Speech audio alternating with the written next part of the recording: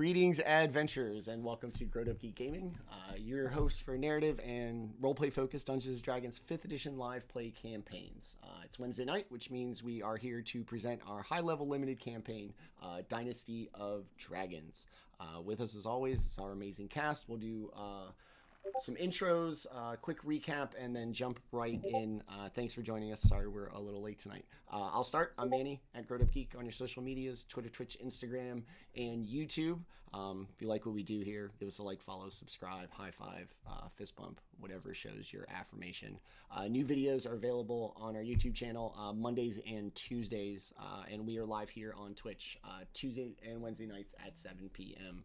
So check us out for both this and our flagship campaign, Eberron Tranquility's Betrayal. We're in season 2 of that. All right, enough about me. Let us meet our amazing cast and then do a recap and jump right in. Let us start. We're going to finish with Nick, just for obvious reasons. Let's start with Daemion, fresh into Thay. And you discover half of your arsenal is kind of not as available as it was. Luckily, you have something to fall back on. So tell us a little bit about Daemion and how he's adjusting to the limited playbook that he now has. Yeah, it feels like now we're dealing with Daemion the fighter, which is quite an adjustment for someone who's gotten a little bit reliant on what he learned in school. No more book learning for you. Real world stuff. Street smarts. It's all right. He's got some of those too. Awesome. Jack of all trades he is. Yeah. All right. We'll have a little fun continuing to roam around the wizard countryside. Let us slide over to Gib. Previous session, we mentioned your quite redemptive arc for going from blowing up the wagon to saving the party and some other things again. You're in the land of little magical issues, I will say, that also affect Daemion, but you're a cleric, so it's not as bad, but still limiting. Tell us about Gib and how it's going for him to not really have that divine energy that rolls with him. Well, I don't know. Gib got a little lucky and didn't roll on the wild magic table the last couple times, so he's feeling pretty good. I think he's, he's a little on edge, kind of figuring out who this wizard is. But we'll see. The wizard's on a ride on Peppermint, and we'll keep some distance. Okay. Well, until we suss this guy out. All right. And for as long as Peppermint continues to be. All right. Slide over to our friend Tim playing Umdar. Tell us a little bit about her. And this wild magic thing doesn't really affect you. So you're just kind of rolling through the grasslands with all these people cussing about what they can't do. How's that going for you? Well, Umdar is excited to get a direct invitation from our wizard friend Theandrin, which will hopefully circumvent some of the problems we've been told about unwelcome visitors in the village nearby. So excited about that. But the whole turning into sheep twice in a 2-hour period of time, Umdar is pretty thankful that the monastery never taught her any magic tricks before booting her. All right. And the perfect segue into our last member of our cast. So, Nick, you were unfortunately unlucky with the wild magic table last week. True or false? It depends on your position on sheep. Okay. We'll take yes, very unlucky. We'll take that true. And what happened to you last week? I got turned into a sheep twice. How many? I was like, how many times? Mm-hmm. Twice. 2,500. Yeah, 2,500 to 1 odds that you would do that.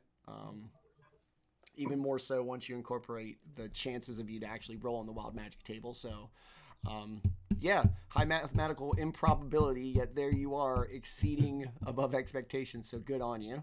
Yeah. So is any of this hilarious anecdote, any kind of learning opportunity for Banquo, or just gonna? I mean, you've already been turned into a sheep twice. What's the worst in his mind? He's probably starting to mentally try to tally what kind of things happen when spells are cast, and the fact that the same thing happened twice is itself a fairly big clue. All right. So that is our amazing Wednesday cast. Last week, the party took their first steps into the magical land of Thay, historically run by an evil kind of mageocracy that dominate and oppress all those without any real kind of magical abilities. Aglaron, the nation they just came from, has had a long-standing war of aggression with Thay, hence all of the no wizard signs back. Upon stepping foot in Thay, a cloud-covered and sun-obscuring sky, the party discovered that their magic spells will not behave as predicted, and there's a chance they roll on the wild magic table, which led to a couple of hilarious situations with Banquo being turned into a sheep twice. Yeah. But we love Banquo. Yes, it was. Like I said, it's one of the funniest things. I'm gonna tell that story for a while. So in Thay, in addition to the sudden party becoming shepherds, man, if we had a shepherd druid, how funny would that have been? Perfect. It would have been great. Be like, come here, shit, instinct, get over here. They got robbed by, or attempted to be robbed by bandits, who, to much of the DMs and the bandits' surprise, the bandits were horribly outmatched. Ended up taking off out of fear. They found a river, followed it for a little bit, crossed it, met some mysterious wizards out to reclaim and kind of settle the good name of the former occupant of the house in which everybody has been kind of free-walling and stealing scrolls back and forth for at least, 5-6 sessions. It's been a while. And then upon following the river, on the end of the second day, the party discovered a wizard being attacked, the wild magic going wild as he used every spell and spell slot at his disposal to save himself. The party did their part, helped out like they are wont to do, only to discover that this wizard that they had saved is the same wizard as owns the mansion. Seemed like a polite enough fellow. Offered to kind of show the players the way. And with that, we will pick up Dynasty of Dragons, episode 17, A Dynasty Multiplied. So we're going to start with the map of Thay. All right. So where we last left off, you are at the mouth of this river, right up against a waterfall, having saved the wizard, Theandrin the Traveler, from some mind witnesses and some intellect devourers. The party came through. Is this one of the times you got turned into a sheep, Banquo? Yes. Yes. Okay, this is the other time. This is of the many times. Twice. It's not very much, but it's still amazing it happened twice. So this exhausted, spent wizard, big backpack on, spell book, just exhausted, very relieved to have your aid in his fight, and has offered you to escort you to his mansion, and is quite insistent that you head off in that direction, at least relatively quickly, as it's becoming nighttime. And you've already experienced a little bit about Thay to know that at night it's probably a little dicey. So, Theandrin, yes, my friends, once again, thank you. I would appreciate if we could just move this along. I know a little bit of a place kind of tucked back among some hills where we can camp for the night. And we can discuss great things. I'm very excited.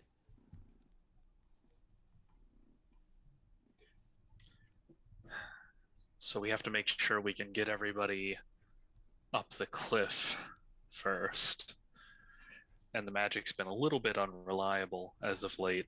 Oh, no. We'll head along the mountainside. Keeps one side of us safe from ambush. Well, I wouldn't go that far. Attack from above is pretty devastating, but looks up. We'll take your lead. Suddenly interested in anything that might be flying. Yes, we'll stick to the base of the plateau. By tomorrow, this time we'll be in Byzanter, and we can resupply for the last little bit of the journey to my mansion. And I'm very excited to meet you all. But if we could just be going before nighttime or any more of those creatures show up, it'd be really great. Well, Peppermint can fly, and then Gib just slaps Peppermint on the ass with the broadside of his axe. Just to give him a little motivation. Does he really hope that the hour isn't up? Does he take off flying? Or do you just kind of startle him and... I don't know. Peppermint does as Peppermint wills, you know? So, I mean, if he wants to take this guy for a little bit of a ride, I mean, that's totally up to him. He's going to rear back.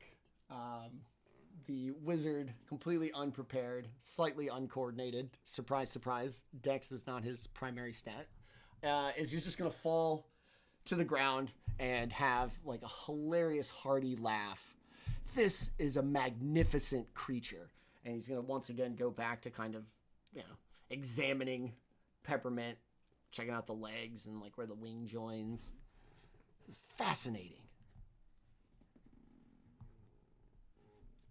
Yeah. All right. It's like two creatures in one. This is brilliant. Yeah, well, Celestials, they don't like to make sense, so... The gods. Not as logical as magic. So how far would you have us travel before we camp for the evening? Oh, just an hour or two. Let's get away from the river and into nice little, nestled bit of hills. Let's go for it. And you know of someplace safe for us to camp where we won't be harassed? Yes. It's tucked back. It's very secluded. It's perfect. We camp there all the time. We? Yes, me and my brothers in the society. As an aside to my companions, secluded area alone with this wackadoodle seems like a bit of a trap, but I guess all we can do is be ready for it, huh? It would have to be a pretty convoluted trap for us to save him from imminent death, just for him to lead us into another trap. Yeah. It's all going according to plan. I almost died just as I planned. So he sets off, he's still riding on, or gets back on Peppermint and looks at Gib. May I? Yeah, of course. Ah, very well. Why don't you lead? You lead the way. Yes, of course. Follow me. I hope this creature does not outpace you. And he just looks very unsteady on it as it kind of moves. Probably never ridden a horse in his life. Just awkward and gangly. Yes, so kind of follows along. Very decisive in his choices, kind of cutting between outcroppings of rocks or going around hills. Seems very familiar. You do follow something of a beaten, kind of path, beaten down, tread that looks like people have traveled this way before. And after just about an hour, you arrive tucked between some hills and right up against one of the kind of rocky outcroppings of a plateau. You make it to this designated campsite. Logs, little fire pit. Is the fire lit when we arrive? It is not. Okay, that's good. Yes, I do have a fire token. You have bet your token fire. I love the scale of that fire pit. It is huge. Yes. Look, the scale and the map making thing is still not something I'm good at. I'm like, that looks about right, but like, yeah, this log is 40 feet long. Yes, it is. Are these plateaus on either side? They're or like are they just depressions. They are positive elevation. They're just going to be kind of like a little like bump and hill. They're the elevation change is only about 5 feet. Yeah, I'll hit the skies and just kind of keep just over the party, keeping an eye on things from a better vantage point. And I'll go ahead and cast guidance on Daemion as I go up. I think this is like the first day that Gibb has seen Banquo fly, so he's kind of like, "What? This is weird. Like, how's he doing that?" All right. So Banquo, go ahead and kind of move your token to where you would kind of like to be. There is wings. Does he even have wings? He's got boots of flying. Yeah. Oh, I see little wings on his ankles. Little itty bitty boots, yeah. Yeah, I'll probably crest over this little hill thing. The Andron's going to kind of confidently make his way towards the circle. Plop down. Cast a little prestidigitation. Oh no. Oh no.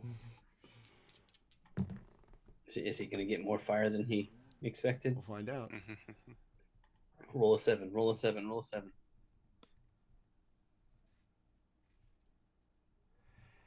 As he snaps his fingers and the campfire bursts to life, you'll notice this 35, 40-year-old man, clean shaven, very good looking, suddenly starts to grow in stubble that just keeps growing and growing and growing. And after a couple of moments, you realize that it is not hair, as it is white.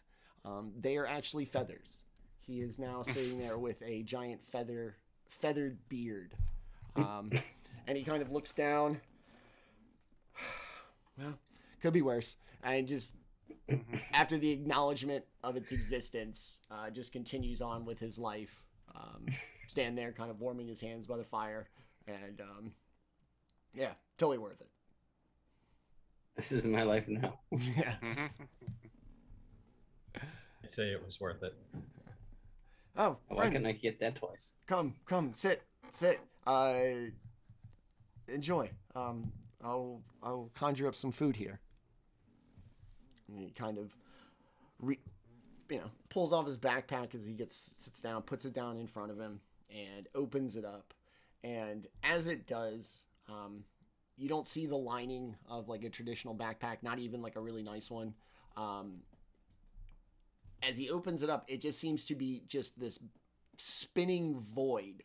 And he kind of puts his hand in, his arm disappears up to the forearm, pulls it back out, opens a scroll. No. There we go. Pulls out a scroll, kind of puts it on his lap, and then puts it down like in between his feet. Scroll on his lap. All right. Does the incantation and crafts just all of these like amazing little platters of fruit and nuts, some dried meats, and what's it gonna get him? Nothing.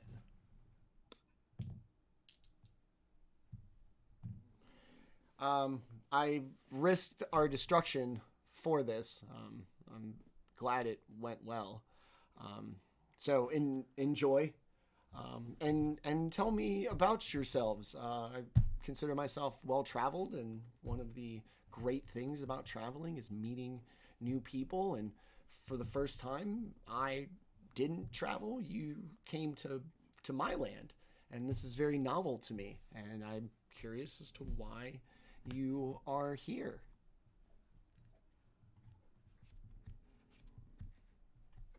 So he just magicked up some food. And risking our destruction. Such an unnecessary risk. The people need their creature comforts. Does it even look good, or does it just look like nah, it looks really food? good. Yeah, he wasn't gonna risk your existence for like some graham crackers and some cheese whiz. Whoa, why not? I mean, I risk my health on a regular basis for that. It's go big or go home with the Andrin. I'll try the cheese. Yeah, I think we'll just dig in. Oh, good. Yes, enjoy. It is magic food. Yeah. Some of the some just conjurations of memories of places that I have been. It's food is part of the traveling experience, and just when I can, if I'm ever out of this godforsaken place, I like to remember the places I've been. Has anybody been any place remarkable? Met remarkable people? I just feel like there's a story here.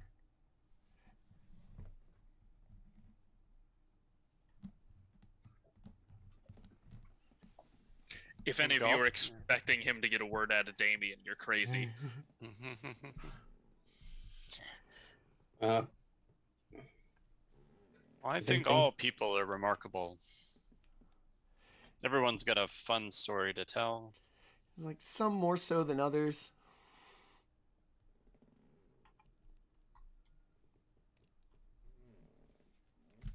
Yeah. Don't know how much I can tell you about my current adventure, but just one time that I took out this really crazy dragon cult. That was a story. Ooh, dragons. Just a cult. I didn't really. Still not sure whether their beliefs had any truth behind them or not. But they were willing to fight for them. I'll tell you that much. Powerful creatures, dragons. Studied quite a bit. Their ability to travel was quite extensive, as well as just their magic capabilities. So you believe that they're real? I've read countless studies. I'm not blinded by the out of sight, out of mind logic. This existence is quite complex, and for something to no longer exist or to not have been seen does not mean it doesn't exist. I have not seen a dragon myself, but from the fanaticism that I've witnessed in this world surrounding a belief in them, I have to assume that there is a good deal of truth hidden somewhere in those stories. I've been all over existence, and I've seen many, many things.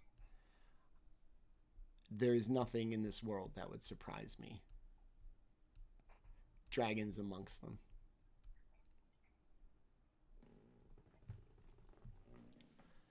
Be less surprised that they exist than I would be to have the opportunity to see one myself. Well, if any place it could happen, it might be Thay. So why are you here? I live here. This seems, and looks at everybody, not a wizard amongst you, huh?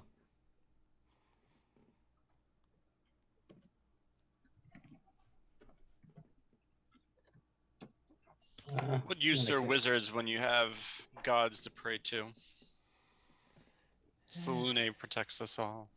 Gods are finicky. You have to stay in their favor.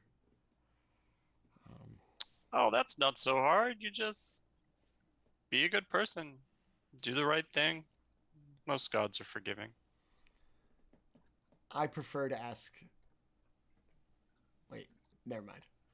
That would have been backwards. Never been one to ask for forgiveness. The thirst for knowledge is more than most hope to attain, and I would not apologize for the questions I asked or the answers they uncovered.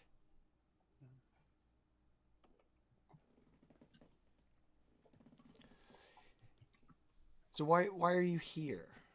I'm curious. This is a dangerous place for non-wizards and even for wizards.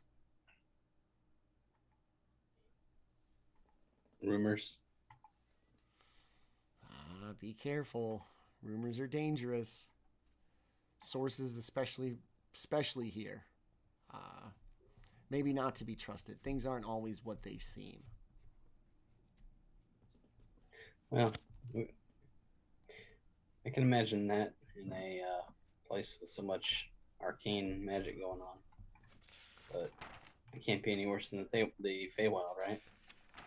This is true. Although I've loved to travel to the Feywild. It is creatures, the almost whimsical nature of it is always very enjoyable. The time thing, not so much. As you can tell, unlike most of yourselves, I'm human. I don't live very long. So the amount that I could miss out on if I spent too long there is too much of a risk to really enjoy frequent journeys to the Feywild. Yet you seem pretty willing to risk extravagant displays like this. Thay is dangerous. You came to my aid, and as well as my ability to either thwart these magical upheavals or to just be above them at times. You deserved a proper meal after traveling through this wasteland. Well, the Android, we appreciate that, but why were those things attacking you, and how did you end up at the river? Well, I was here, actually, just a few hours ago, ready to set off back to the mansion to meet up with some of my brothers. When it just appeared out of the ground, and they began to chase me, talking some nonsense. And instinctually, I ran. I didn't know if somebody else had cast a spell nearby and this was what the wild magic produced, or if they were here for me. I don't know, but I am glad that you were where you were when we crossed paths. They popped out of the ground, you say. Where was that exactly? Just over that hill over there. Which hill? This one. Doop. Bam. Okay. Oh. Well, maybe I'll go take a look. Okay. I'm just gonna go. Maybe there's some clues. So you I'm should just checking around. Is there a... As you kind of get up, he's like, you should see like a little disturbance in the ground. Not that they quite came from underground, but you can see where they materialized. And do I? You do. They're pretty big circles. They're almost like a perfect circle. As if they were a spin-off of some larger band that made even less sense. Were you performing magic when these things appeared? Oh no, I certainly know better.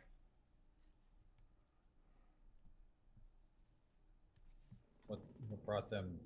Have you run into these creatures here before, or anywhere in Thay? Not this particular type, but ever since I left the mansion, creatures have been popping up, and I assume it is related to the magical upheaval taking place here. Portals open from God knows where. Here, the fabric of reality hanging on by a thread. Who knows? Is there anything else interesting about these holes that I can determine? There's 3 of them. They seem, pretty well spaced apart. Like I said, very circular. But other than that, no. Okay. How often do these portals appear? No regular schedule that I can determine. He kind of points up to the sky. During the day, it's hard to really tell elapsed time here. Sometimes I don't see them for days. Other days, or even today, earlier today. Before this, I hadn't seen him in maybe 2 days.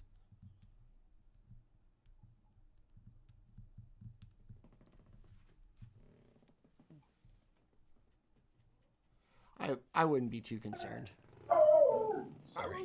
Can I make a survival check to inspect the area that Gib is taking a look at? Yeah.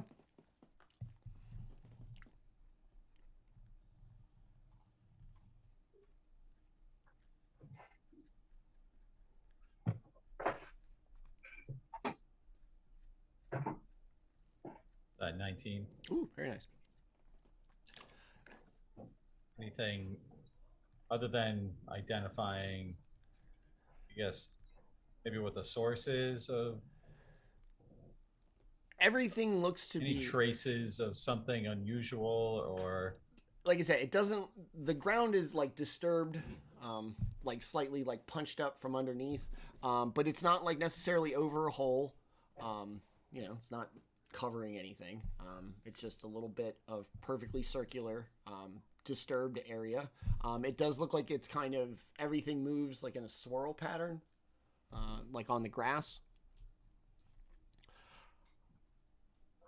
Very hard to imagine a natural cause for this. It's too perfect. It's, like a perfect kind of circular pattern as far as the wear goes. Okay. It's just confirming that there's some kind of extra forces at play here.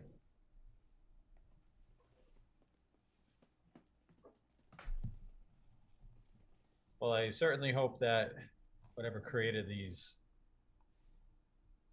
creatures to appear don't choose to revisit this location while we're making camp. No, we should obviously keep watch, keep the place lit. Like I said, see everything, and that's the point. But if you don't mind, I will take a watch, just not the first one. I'm not much use if I don't get a little bit of rest. I hope you understand.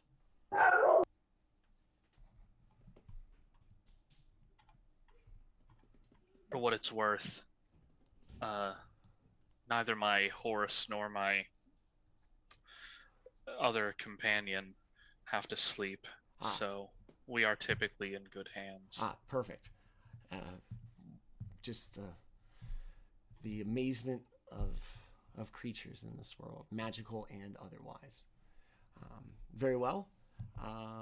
I'm exhausted. Once again, I thank you for saving me. But I need to retire, or lest I become dead weight to this party.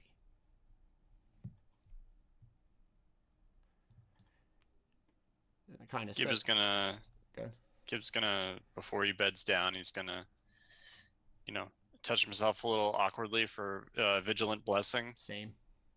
Jazz himself up there a bit. So. Character ability or spell? It's class ability. Okay. I don't think it's not tied to magic. Continue to dodge the bullet. The Andron's gonna get up and kind of turn his back to the fire to rest, like against the log, and very quickly, my man is going to be like head back, mouth agape, just giving him the best wizard snore like ever. Like he's out. You kind of hear it reverberating off the rocks. you wonder maybe if he's becoming a liability with his sleeping. No, you really don't. It's not that bad.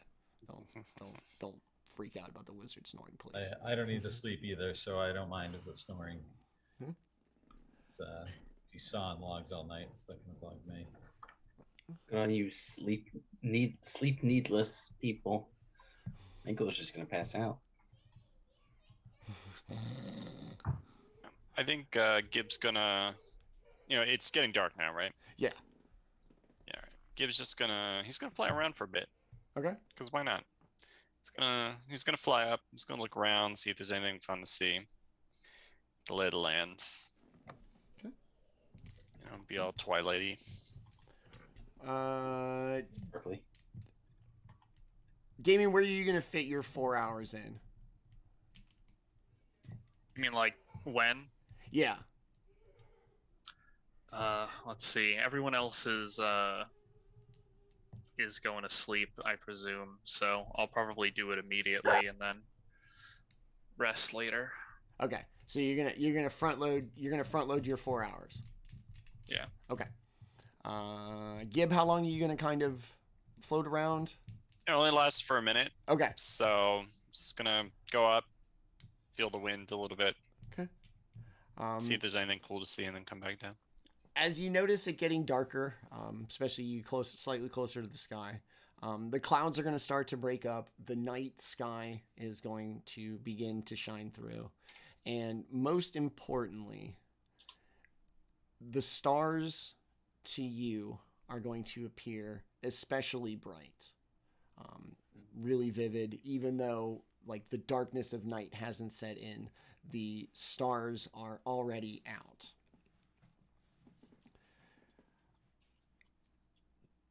Give me a nature check, please, Gib. Sure.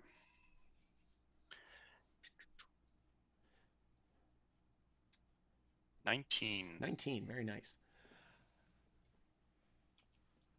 You're a Twilight Cleric. You have studied, the night sky and the stars and all of these things as part of your worship of the goddess of the moon. And more than anything, the star formations and the things closest to the moon, like the back of your hand. Spend your nights worshiping the moon, and here are the things that are always nearby it in its course throughout the year.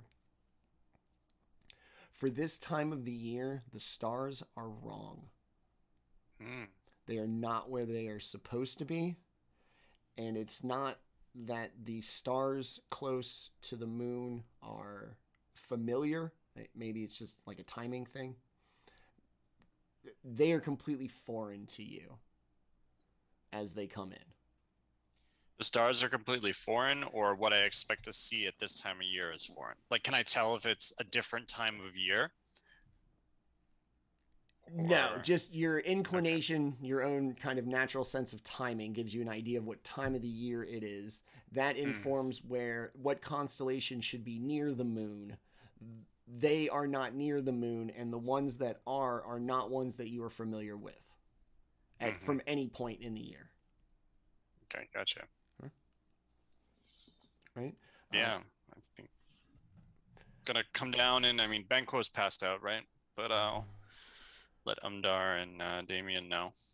Like, something's off here. The stars aren't right. I don't recognize any of these. Fake sky. Yeah. Crazy wizard guy said that it's been hard to keep track of the days in here as well. I wonder if time moves differently.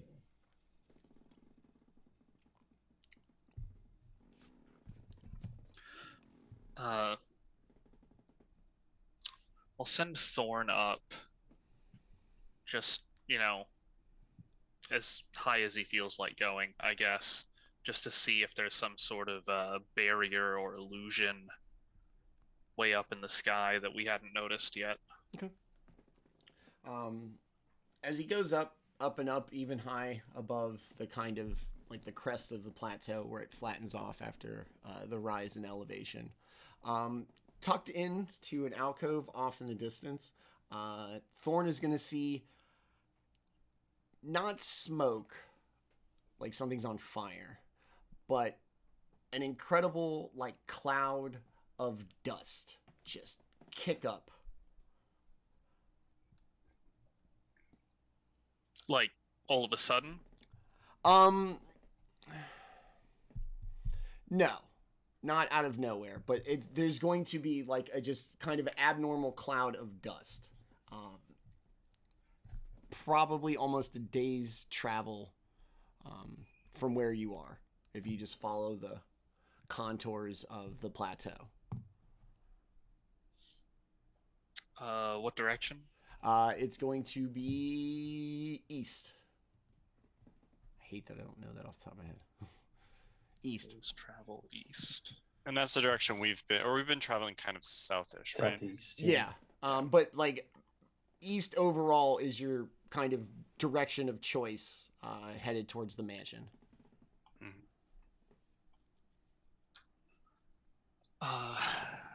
So in relation to the plateau, where is it? It's going to be on like your side, not up on the above elevation, but definitely on your ground level, about a day's travel. Based on what the wizard told us, that might be Byzanter. He did say it was about a day's travel from where we'd camp, and it's the right direction.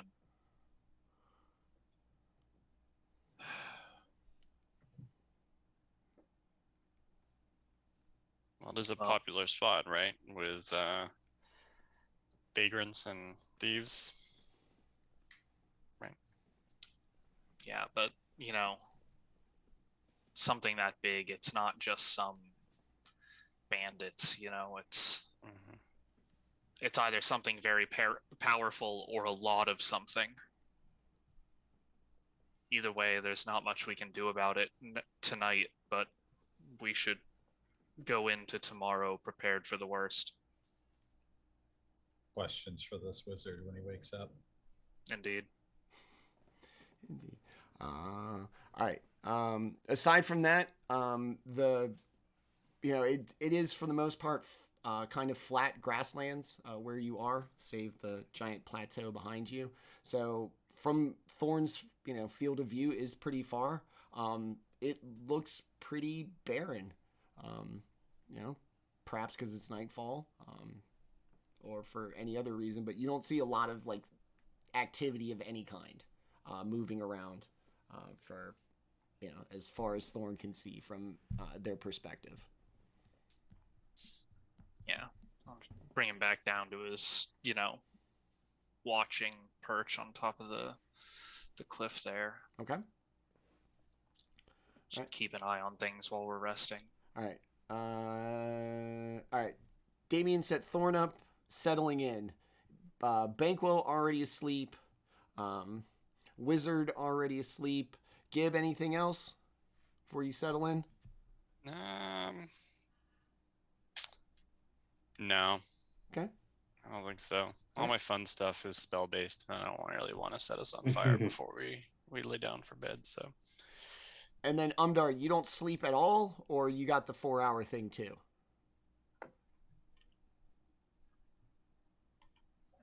High-level monks don't sleep, right? I don't know. Umdar, you're muted if you're... Yeah, I don't sleep at all. Okay. All Pretty right. sure. Now I need to see it on my character sheet. So as everybody kind of settles in, and darkness really begins to creep in, the cloud cover dissipates, and the night sky shines with the stars very bright as it gets. What are you going to do in this amount of time when you don't have to sleep at all? I lied. I do need to sleep. It's Okay. food and water that I don't need. Okay. So is it the regular or you get the 4-hour deal? Regular. He's not an elf. Regular. Oh, that Yeah. sucks. Oh, Sorry. That's weak. All right. So with that being true, what do you want to do? During the time, I'll take second watch if we need to fill a watch, and I'll spend the rest of my time catching some Z's. Okay. Umdar likes to say. And then, Daemion, is that where you're going to have Peduncle and Thorn? Yeah. Prefer to keep him near me in case something happens in the middle of the night. Heard. Okay. Plus, I mean, Gib, when he goes down, he's gonna face east. Okay.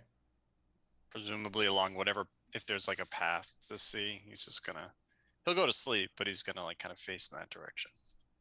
Okay. Is that where you are going to? Okay, there you go. All right.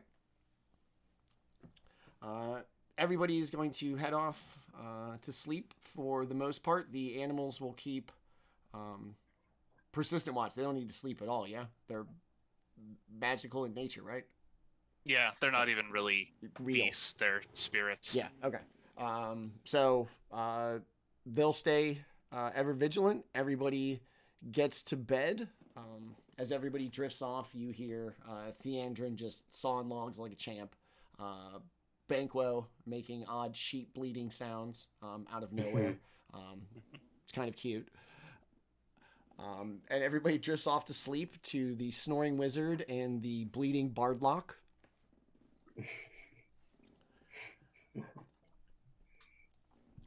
Give me. If you have any trouble getting to sleep, you can always count Banquos. Yeah. Nice. Okay,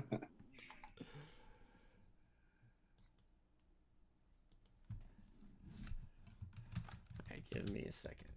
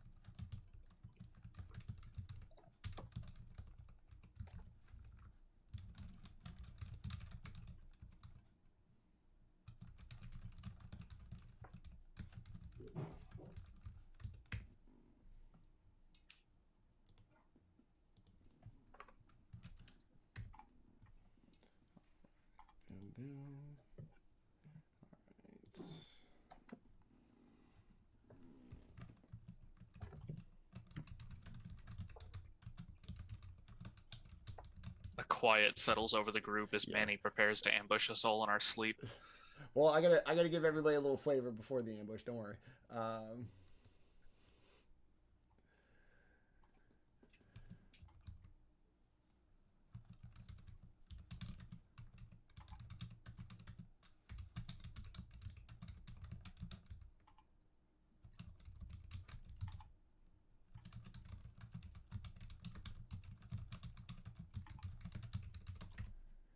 That's 1, 2, 3.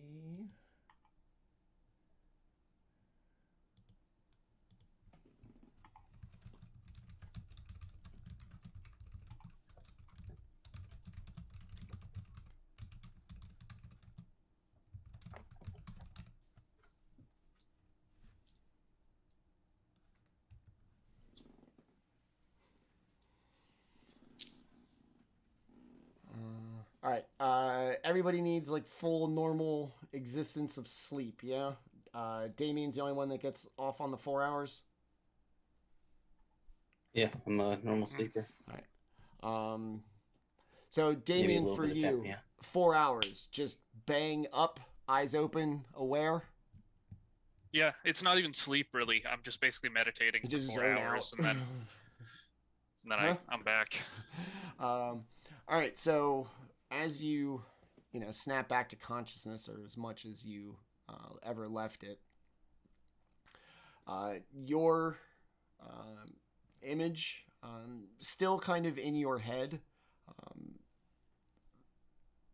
The speed at which you did it, everything just really kind of dominating your thoughts.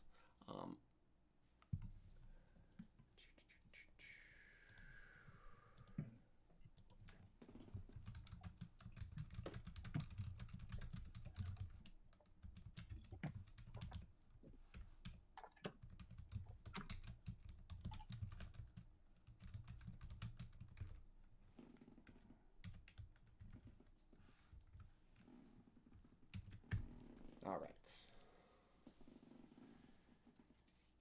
And then Daemion, to you again.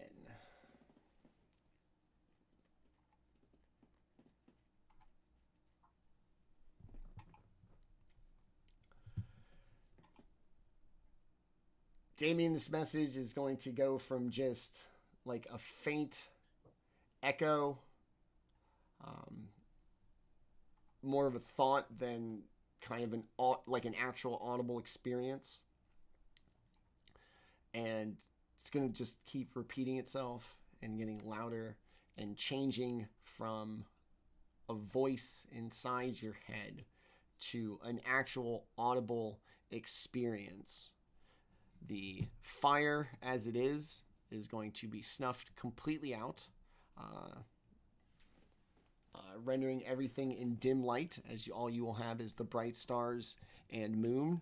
And out of nowhere, out of the ground, this refrain that has occupied your head for 30 minutes, an hour since you woke up, is just going to become louder and louder and very tangible as the intellect devours and mind witnesses seemingly appear out of nowhere,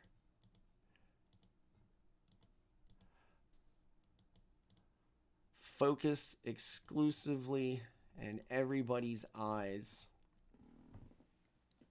on Theandrin. Like they all just bang appeared. From your perspective, you can see none of them have turned their head or, rotated around to even acknowledge you. Peduncle in front of you, clearly in their field of view. Every single one of them just absolutely focused on the wizard. We're going to have everybody roll for initiative. Daemion's the only one that is currently awake. And then we'll go from there. All right. All right. Everybody roll for initiative, please. Ooh, Jesus Christ.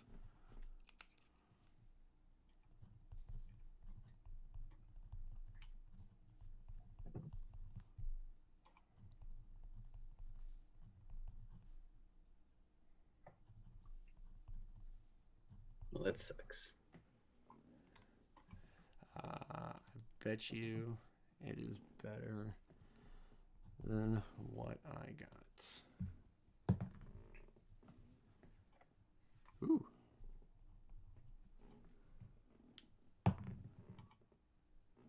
Very nice.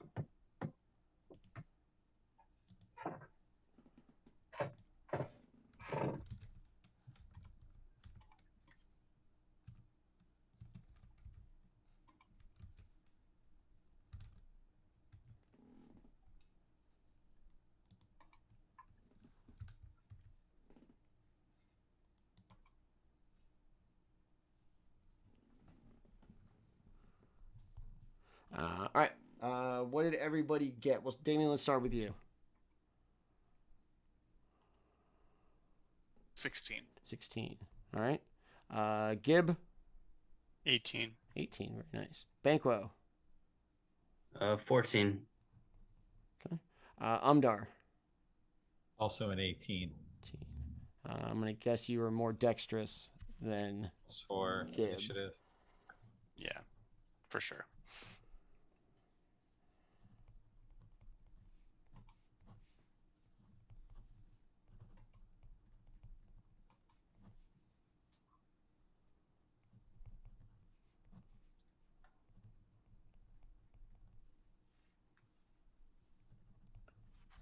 All right.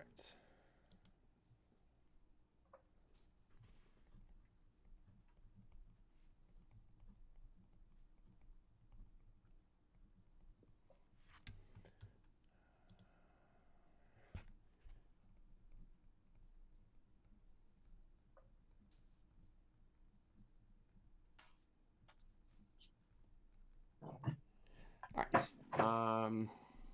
Okay. Daemion, we're going to start with you. Everybody's asleep. You see these things just appear out of nothing. They do not seem to even know that you are there, and if they do, they don't seem to care. Everybody else is asleep. What would you like to do?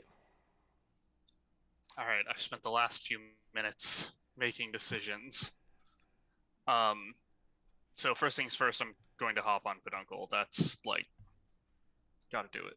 Okay. Let's get that in here. Great. And then, I really hope I don't regret this.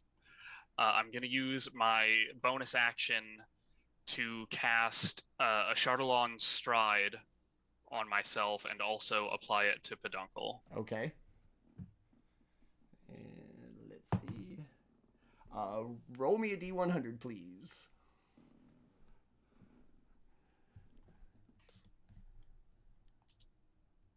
$31. That is very unfortunate for all of you. It is actually.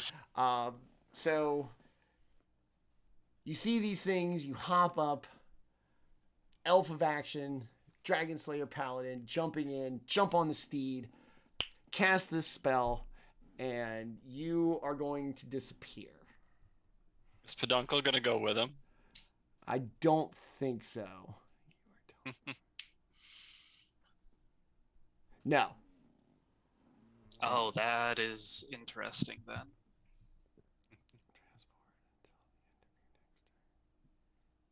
All right, so he'll probably still do what he was supposed to do. Listen to Daddy, buddy. I'm out. Bah.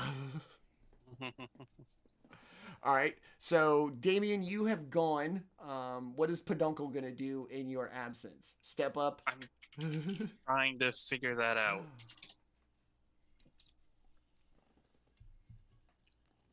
It says the astral plane, right? Not. Yes. Yeah, okay, I got it confused with the ethereal plane. Okay.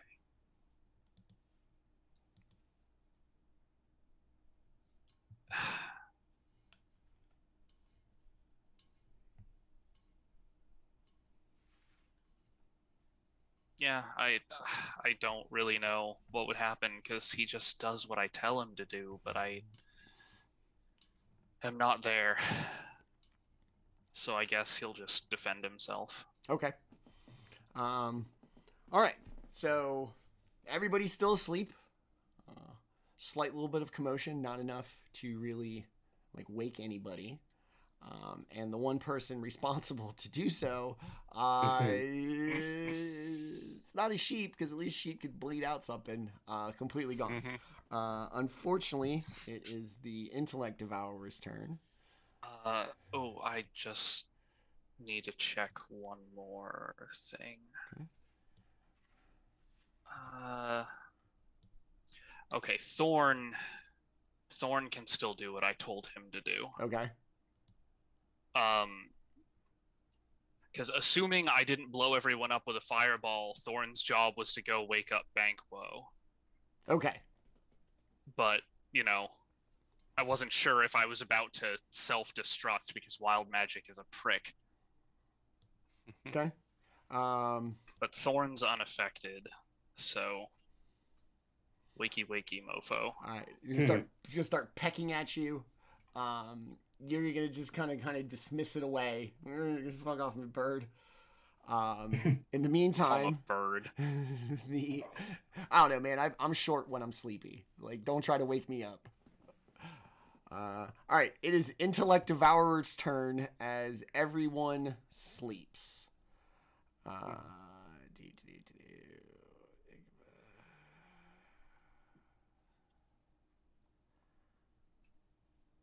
Umdar, I'm going to need you to make an intelligence saving throw at disadvantage, please.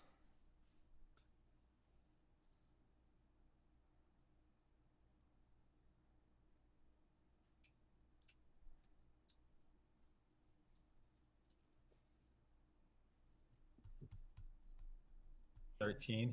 13. Ooh, very nice. For who? For him, no. In all seriousness, you are going to take. God damn it!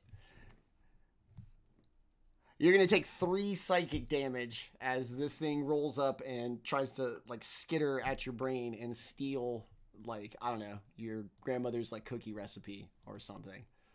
Okay. We're going to say that as a result, you are going to wake up. Just from even, I don't know, 3 hit points in real life is enough to wake you up. Yeah. Yeah. I step on a pile of D4s. I'm waking up. Okay. All right. So that's Intellect Devourer number 1. Intellect Devourer number 2. Gib, I need you to make 2 intelligence saving throws at disadvantage. Oh, lordy.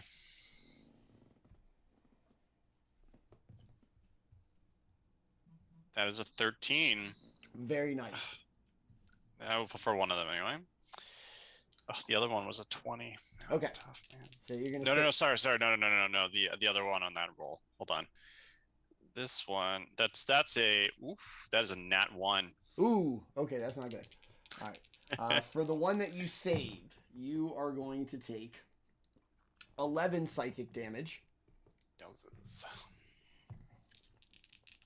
For the one that you failed, you were going to take 11 psychic damage. And... Okay.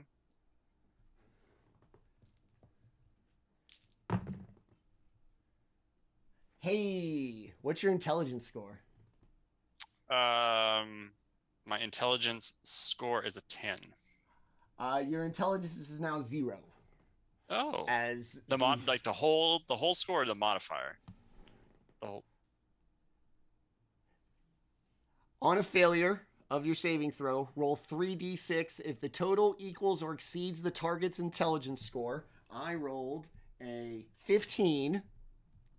The score is reduced to 0. The target is stunned until it regains at least 1 point of intelligence.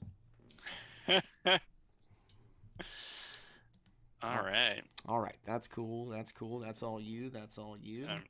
And then these 2 are going to make a beeline for Theandrin.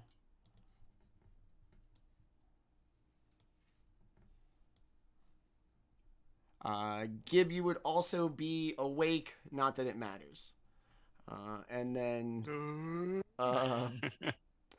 Banquo, you are awake as Thorn comes over and pecks at you as much as you don't want to be.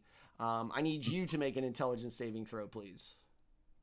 I got a 13. Okay, you're going to pass. Bar set real low. You are going to take 17 psychic damage. Ouch. All right, that's going to be it for all of the Intellect Devourers. Banquo, it is actually your turn. All right. Seeing this little McNasty next to me and not liking it, he's just gonna do I want to I'll go ahead and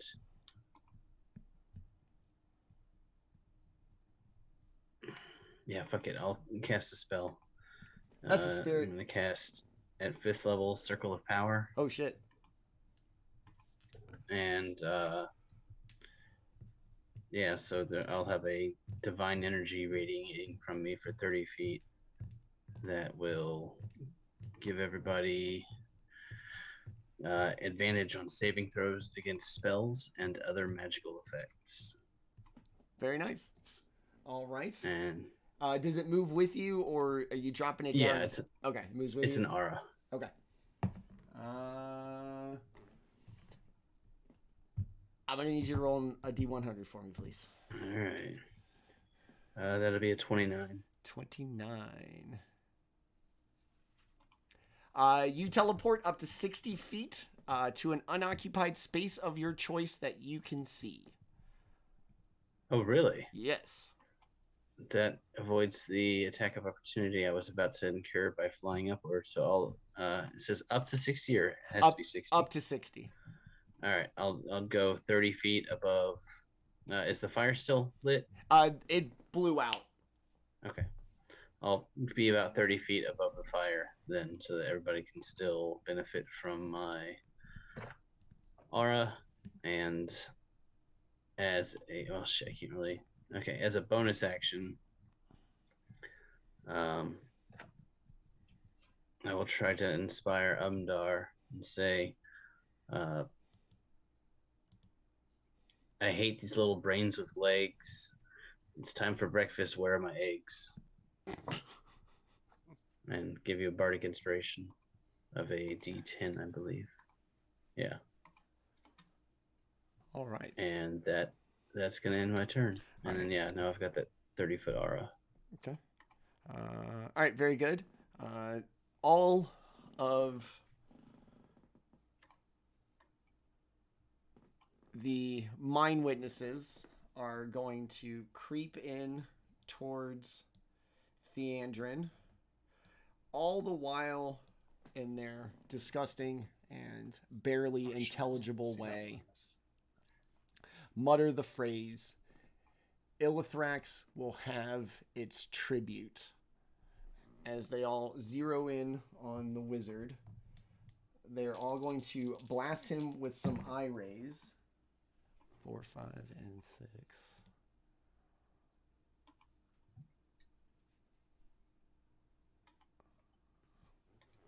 God damn it, all the weak ones.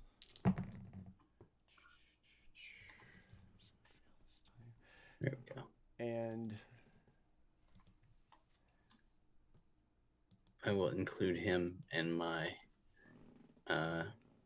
friendly creature, so he'll have advantage on saving throws. Wizard? Okay. Yeah. He's still gonna fail. All the 3 mind witnesses are gonna creep in, just eye stalks, big eye, all focused on Theandrin, muttering, Illithrax will have its tribute. All of them are going to blast him with an eye ray. Some of them seeming like missed or didn't seem to really kind of take effect.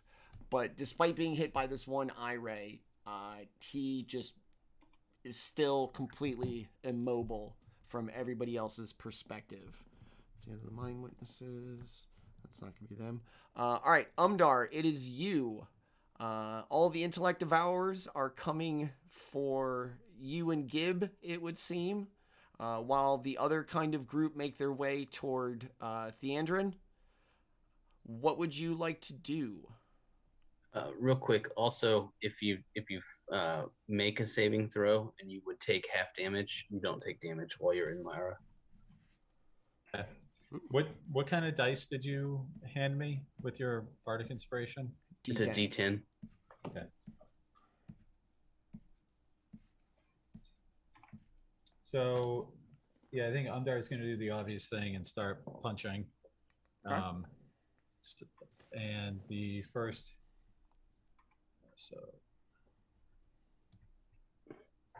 the first attack will be, her fist will start glowing like bright embers and then burst into flames before she makes her first punch attack.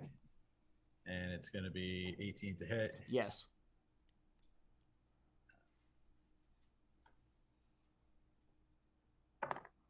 It'll be 13 fire damage. Very nice. Second attack will be a 15 to hit. Yes. And it'll be another 13 damage, not just straight bludgeoning damage. It is going to squish in on itself, fragile like a jellyfish. Its legs are going to kind of flutter as it collapses, and you're going to get just this very brief, sharp shooting pain through your head, ever so briefly as it perishes. Okay. No saving throw, though? No. Okay. I'm going to run across... Can I... Yeah, I guess I'd like to be adjacent to both of these nasties. I don't know if I'm close enough. You could hit either one of them. Okay. Well, I'm going to start with the intellect devour, the brain guy, the little brain puppy. Yeah, and I'll use a bonus action and a key point to use my flurry of blows.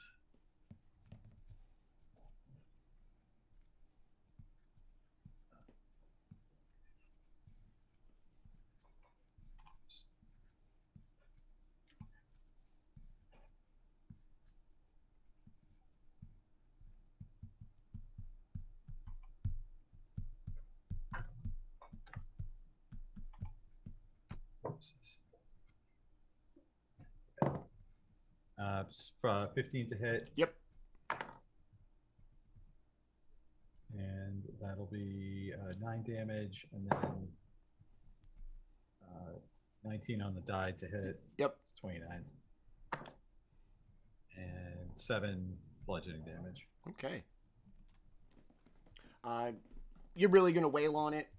It's gonna be like misshapen and kind of like dented for organic matter.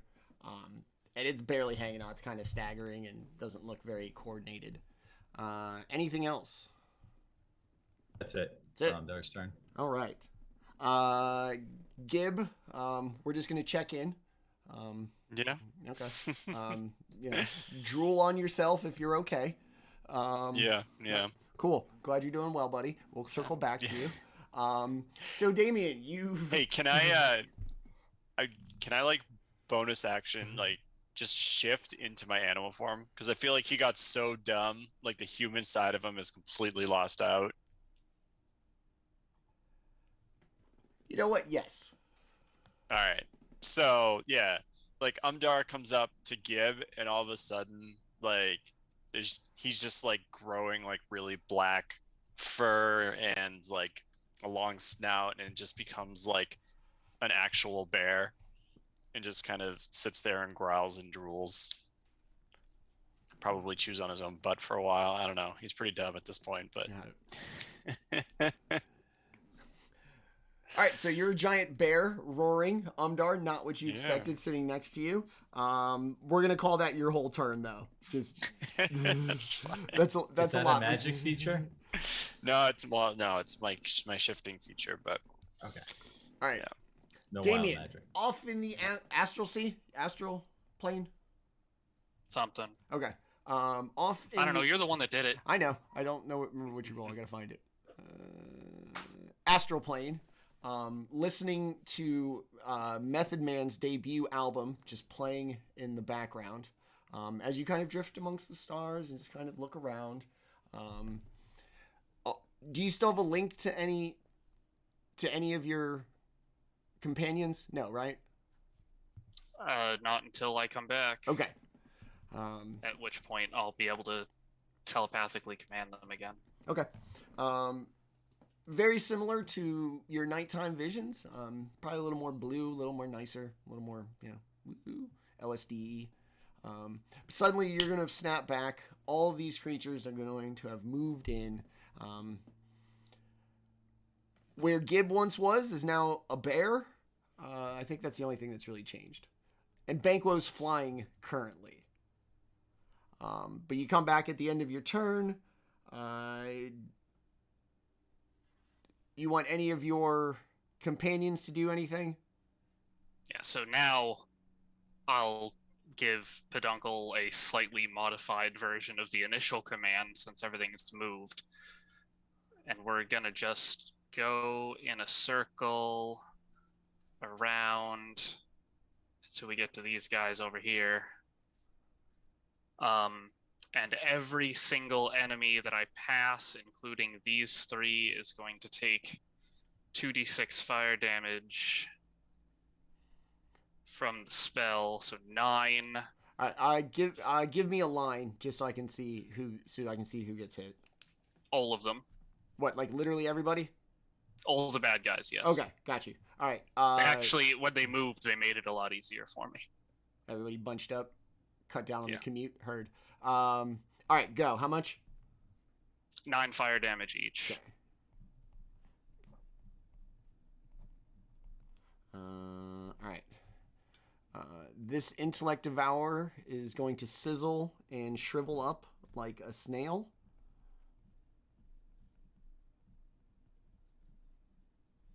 Okay. All right. Thorn gonna do anything? No. Okay. Anything else, Daemion? That's it? You good? Yeah, I'm good. Okay.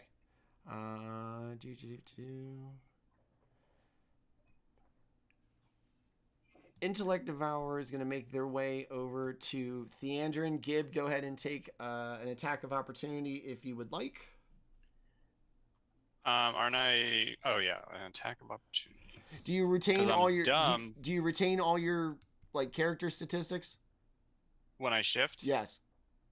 Yeah. It's okay. just okay. I So get, you're like, temporary you're hit just a big points dumb and, bear like, now. yeah. That you're not. Yeah. Okay. But I can still swing an axe. Yeah.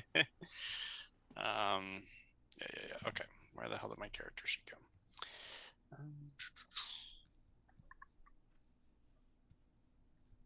19 to hit. Wait. Yeah, I don't. No, 0 intelligence. You don't know which end is which. Yeah. Well, it says incapacitated. Like he can't do anything. I can't take a reaction, I guess. Okay. You can't take any action of any kind. Period. You're a vegetable. So wait, how do I regain my intelligence then if I can't do shit? Restoration spells. All right. We'll just ask the cleric. Okay. That's so mean. Ooh. Oh, okay. So stunned is an incapacitated creature. I see. So I can't do anything. Yeah, I'm gonna chew on my own butt for a while. Okay. Just all over the place. All right, that's it for you, Gib. Gib went Daemion. Okay, so it's not going to get an attack of opportunity. It's going to go over. It's going to attack its stunned enemy. Oh no.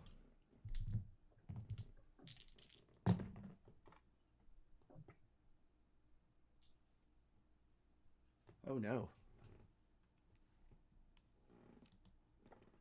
So Intellect Devourer is going to go up to the stunned wizard and just rear back, pierce right into its skull, and just start to eat the insides like a melon, rendering him also with 0 intelligence as the Intellect Devourer just goes to town, chewing away. All right, these are going to roll over to Daemion. I need you to make 3 intelligence saving throws, please. Specialty.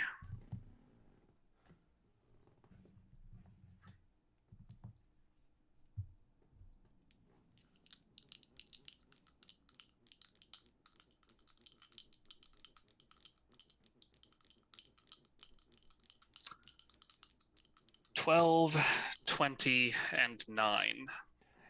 Okay, the 12 and the 20 actually save. The 9, not so much. All right, so you are going to take 11, 21 total, 28. You're going to take 29 total psychic damage. What's your intelligence score, by the way? Not enough. Oh, then I could roll poorly. Ooh, there is a chance. Is your intelligence 12 or higher? No. No. Shit. Welcome to the Cabbage Patch, son. It is going to roll over and just manage to pull essentially your essence just out of you. And you're just going to slump on Peduncle. I love how this session went from "is it going to happen tonight" to all the characters died. Yeah, I thought that 12 DC was going to be not a problem for you guys. Boy, was I wrong. Yeah, we have no intelligence characters at all. Still, 12 is not a high bar. All right. Okay, but my if it wasn't for my aura, I would have a +0. Yeah. So statistically speaking, I am 65%, to fail. That's unfortunate. 60. All right. Yeah. All right. So. I think we didn't do so bad against the first round of them. Cabbage Patch, Intellect Devour. They didn't have the jump on us before. We had the jump on them. Yeah. Banquo, it is now you hovering above. Looking like the harvest out here. Fuck yeah. Theandrin, Gib, and Daemion currently effectively bricked in this combat. All right, so at the end of the long rest, I switched my weapon out from my +2 rapier as my hex weapon to my ordinary hand crossbow. And I will fly in and start shooting at Intellect Devours. I'll fly down this way and shoot at number 4. I only get one shot. That'd be a 21 to hit. Yes. For a measly 7 piercing damage. Okay. On number 4. And Umdar's still the only one up, right? Aside from you, yes. I'll bonus action to inspire Umdar again and say, we may be out of luck. I think we're really fucked. All right. That's gonna be it for you. Is that second D10? Can I use Oh, that yeah, I didn't realize you had used the first one. Yeah, I haven't used it yet. Yeah, then you can't stack, so yeah, just nothing. I do nothing with my bonus action. Okay. Cute rhyme, though. It was. Yeah. And maybe a little more fitting than I'd like it to be.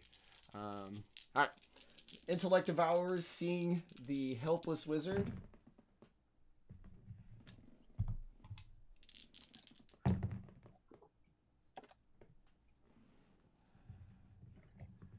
Ooh. This is bad. 12, 14, 21, 24, 27. As the wizard is just going to get blasted by one of the mind witnesses. He made his other saves, if that makes you feel good. Intellect Devourer just chewing away as this thing just gets blasted. You can literally see his brain like swell from inside the hole in his skull as the psychic damage just really just... Manny? Yes, sir? Does Nick's aura spell thing give me advantage on those saves? Yes, because it is just a regular saving throw. Oh, for the love of God, dice, don't fail me now. You only got to do one. 18. Yes. All right. So you are not a vegetable. Congrats. Okay, yeah, because you weren't in the bubble, but because of the way diagonals work, you were in 30 feet.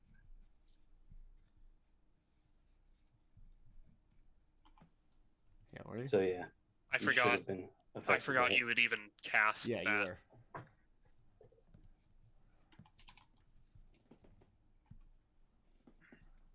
Well, Support. that's something. All right. Mind Witnesses times are done. That's it for that. Umdar, it is up to you. Where can I do the most damage? I guess this Mind Witness be the most obvious one. Least amount of travel.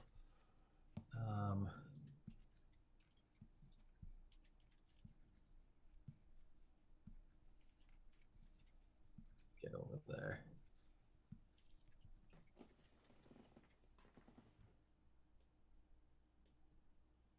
Yeah, gonna give the old fist.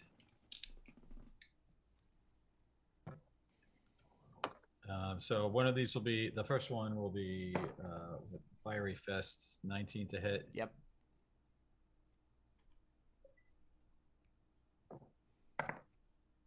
It's going to be 12 fire damage.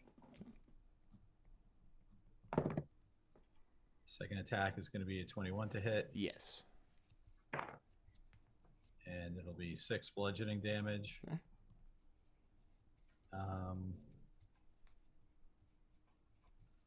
And I'll spend a key point to use Flurry of Blows. All right. Attack 2 more times. 17 to hit. Yes. 13 bludgeoning damage. And the 18 to hit.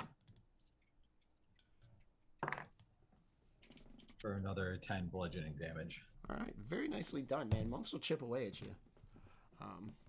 So you just wail at this thing. It's big, it's squishy, it's got an eyeball, it's gross, a little slimy, and it keeps muttering. Illithrax will have its tribute as it just, like, doesn't even acknowledge you off to the side outside of its, immediate peripheral vision. Just punching the shit out of it, and it just continues to just stare all of it at Theandrin.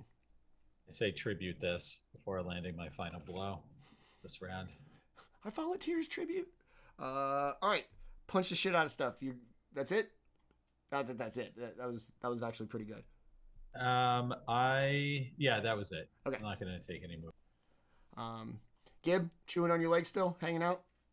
Honey, honey, Picnic basket. Honey. All right, Daemion, welcome back from the fall festival. What would you like to do? So the 4 enemies immediately surrounding me are going to take 10 fire damage. Okay. Just from the spell that I still have up. Okay. Does that change the landscape at all?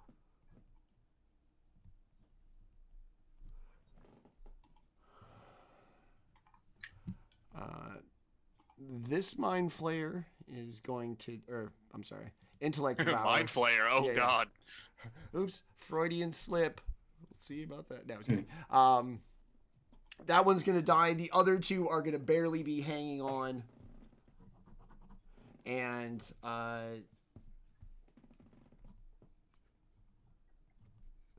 Mind Witness still upright and pissed off, but not paying any attention to you.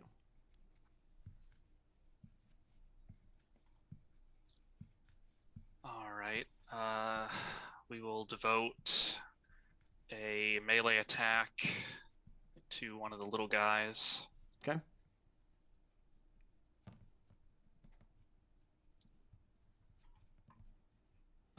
Which is, wow, some of the worst rolls in history, but a 17 to hit. Will still hit. Thank goodness. The dice were a natural 1, a 3, and a 5. Nice. Not nice. It's terrible. But that will deal 12 damage. To number 5 or number 6? Number 5. Number 5, the one right underneath you.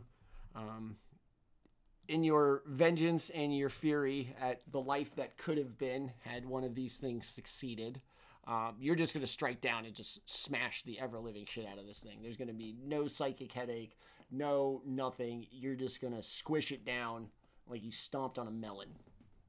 I'm really curious about those psychic headaches, by the way. Something sus. Indeed. All right, and we have another terrible set of rolls. This time a natural 1, a 3, and a 6. But that's a 18 to hit the other little guy. Okay.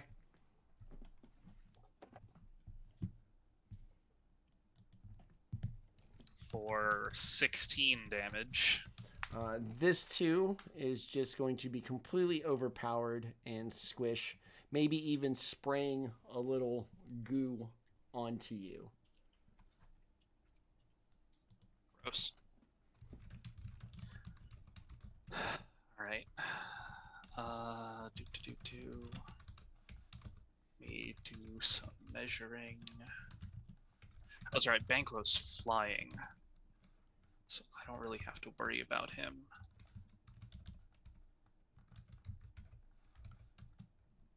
Yeah, he's just high.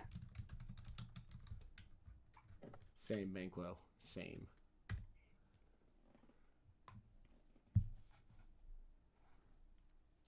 All right, in that case, I will be able to move. I suppose number 3 actually would get an opportunity attack if he wants one. Okay. But numbers 1 and 2 with the big guys, and the little number 3 guy will also take the 10 fire damage.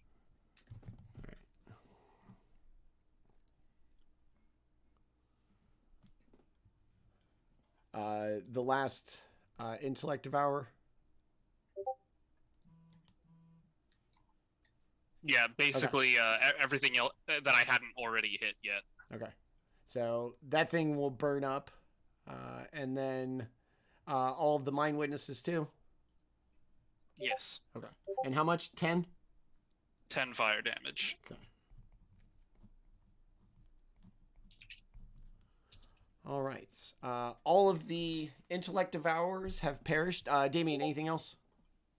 Yeah, we're gonna give Peduncle his shot at glory. Let's see, +6. Good luck, horsey. Oof. Will a 23 hit? It will indeed. All right. Good job, Peduncle. Coming through in clutch. He is going to take 9 + 4, so 13 bludgeoning damage. And if he's still alive, he has to make a DC 14 strength save or be knocked prone. He is not, in fact, alive, as you're just going to squish it down like a water balloon under Peduncle's front hooves, and it's just going to squish out. Stuff is going to leak. With its last breath, Illithrax will have its tribute as the kind of dangly eye tentacles all kind of go loose, and it just lays there, dead. That's particularly badass since his hooves are on fire right now. Oh, even better. You're going to hear the sizzling as they get stomped down. Anything else? Nah, good to go. Okay, intellect devourers are no longer a thing. Banquo, it is you. Yeah.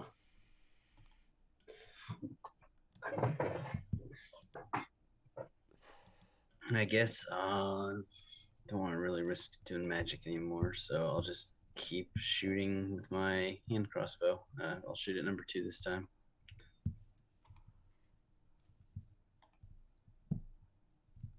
That'll be a 27 to hit. Yes. For minimum damage, 6 piercing. Excuse me. That's it. That's all I got. Okay. That's it for Banquo. Mind witnesses. The 2 left are going to once again blast at the wizard, which I'm guessing will not be good. Poor wizard. Yeah, it did. This definitely did not turn out like I thought it would. Oh no! Oh wait, no, he'll be all right. Being a bear is the least of a nice background. So Waka waka. The wizard's corpse is going to get blasted with 2 rays to no noticeable consequence from the mind witnesses. Boom, boom. Back up to Umdar. All right, Umdar. Just a heads up, you don't want to get within 5 feet of the flaming horse. Okay, I can remember that. So the number 3, did we already land a couple of hits on that one? Yes, by the math, I couldn't tell you what. Should be at least 19 fire damage. I just hit number 2 with the crossbow. I thought he said number 3. Yeah, I know. Yeah, they're about the same. Like I said, I can't account for what happened, but yeah. All right. Well, Umdar is going to do some acrobatic flourishes as she leaps across the fire pit and does a twist in the air. Nice. And lands with a couple of kicks on this number 3. Love it. That's going to be a crit. Okay. And I have all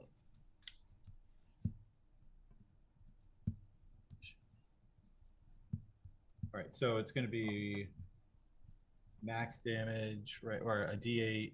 Max damage, and then roll everything again. 5, so 13. 8 is so 20 damage, plus we get one other bonus here.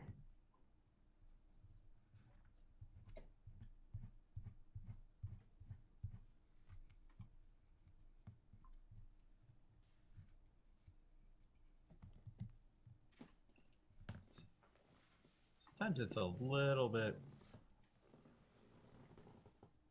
confusing to navigate the character sheet on Roll20. Savage attack.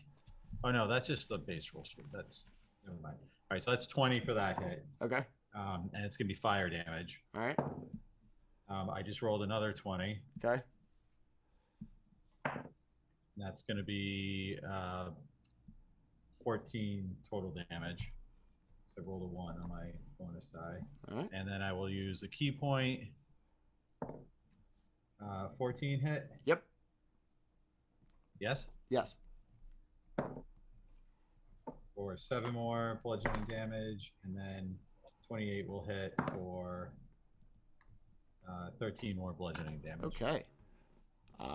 Just in your well-controlled, well-practiced, decisive, swift, monk-like movements, you're going to flip over, turn over, and just beat this thing to a bloody pulp as it just, all the eye stalks go limp, big eye fixed open, glazed over, as it too falls dead. And but are my fists and feet are just covered in like gore and goo, Calamari. and whatever spilled out of its eyeball when I punched through it. Yeah. You're both sticky and slippery somehow at the same time. Umdar, anything else?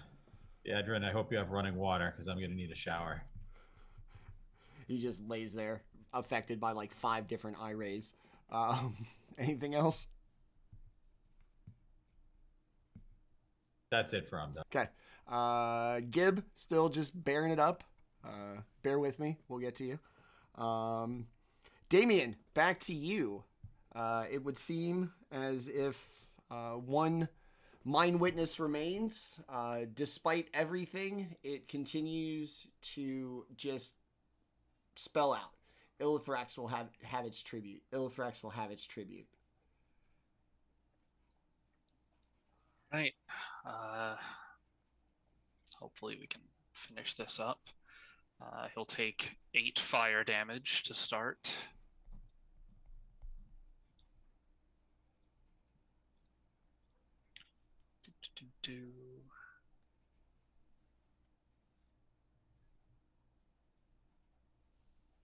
All of my best options are risky. So let's not. Yeah, just normal melee attacks. Fighter, go. First one is a crit, so he's gonna fucking die. Delete him. All right, 3rd level slot. Let's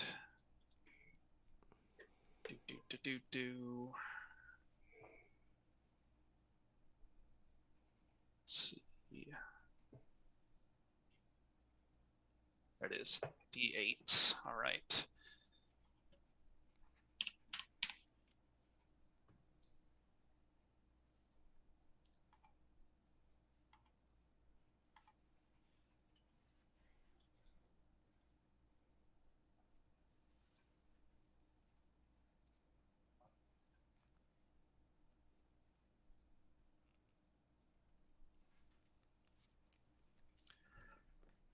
It's geez, 5.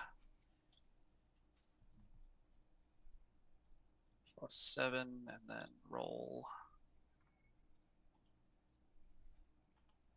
Fucking math, guys. I'm not here for it today.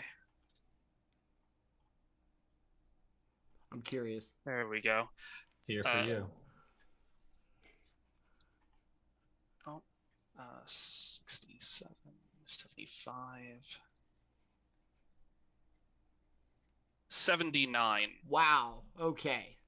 Go ahead and describe to me what this looks like. 79 points. I'm gonna let you do that. Let's see. These things are ostensibly some sort of brain matter looking creature. Yeah, so it's just gonna kind of be kind of a more like, a little more structurally sound jellyfish. Yeah, so it's gonna be a nice fine pink mist slowly settling through the air, infused with radiant righteousness. Nice. And it's gonna burst into nothing. As it does, one last time, Illithrax will have its tribute as it just dissipates. And once they are all gone, once they've all been dispatched, their corpses will return to the ground just as they appeared. And you are left with a calm battlefield in the middle of the night with at least 2 people not doing well. And before we get to that, we'll take our break right here. That combat took a little long, so we're a little late in taking our break. To everybody watching, thank you, as always, to my amazing cast. I hope you guys are having fun with this. And yeah, it is currently 8:58. We're going to take about a 10-minute break. We'll be right back and get right to it. Thanks for everybody who's watching. We hope to see you on the other side. All right, we are back, and if we thought the Bardlock turning into a sheep twice was a thing, we now have turned the cleric's intelligence to 0. So let's see how that goes. All right, so before the break, ambushed, Illithrax, intellect devourers, intelligence scores at 0. You have just completed your combat. Everything is gone. Banquo, the voice in your head, persists even though nothing is around you except for seemingly, at least, friendly companions. Gib, obviously something going on there. The wizard's got a bunch of things going on. Let's just go one quick round in initiative order now that everything's done. Daemion, you got the killing blow, so we'll go to Banquo. Everything's calm. Gibbs, kind of an incapacitated bear. The wizard doesn't appear to have even woken up during the attack. What would you like to do real quick as everything kind of settles? Well, me, the player, knowing this isn't going to work, he's going to try the one thing that he has as far as restorative measures for Gib. So he's going to fly down to him. And I'll keep since it lasts for 10 minutes, I'll keep the circle of power up. But I will ask everybody to back off while I cast a spell. And I will attempt to dispel magic on whatever thing is happening to Gib. Okay. Your hands are going to glow. You're going to see Gib unaware if he's been like poorly polymorphed, half-assed polymorphed. But in the end, no kind of recognition, no cognizance, no eye contact. Just a bear where your newfound friend used to be. And let's see. Ooh, you're good. And I got nothing else. Okay. We'll go to Umdar. Banquo attempted some magic to not only no avail, but to no consequence as well. All of the corpses of the freakish creatures have disappeared from whence they came. What would you like to do, if anything? Have we gotten a good look at the wizard since as far as you can tell with the kind of hectic nature of the ambush, it just looks like he's never woken up. You did see an intellect devourer like nibbling at his exposed skull. Okay, well, I would like to go over and see if there's any way we can stabilize him or confirm if he's dead. All right, give me an investigation or medicine check.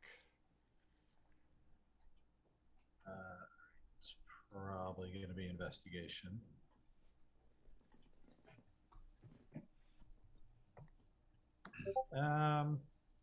No, medicine. It is 19. Okay. Clearly alive, breathing, eyes open but glazed, unable to focus. Doesn't follow any movement. Like I said, big kind of section of its skull, kind of split, and it definitely looked like somebody was stirring the jello. All right. Well, can I tear off the sleeve of my cloak and wrap it around his head to see if I can stabilize the wound?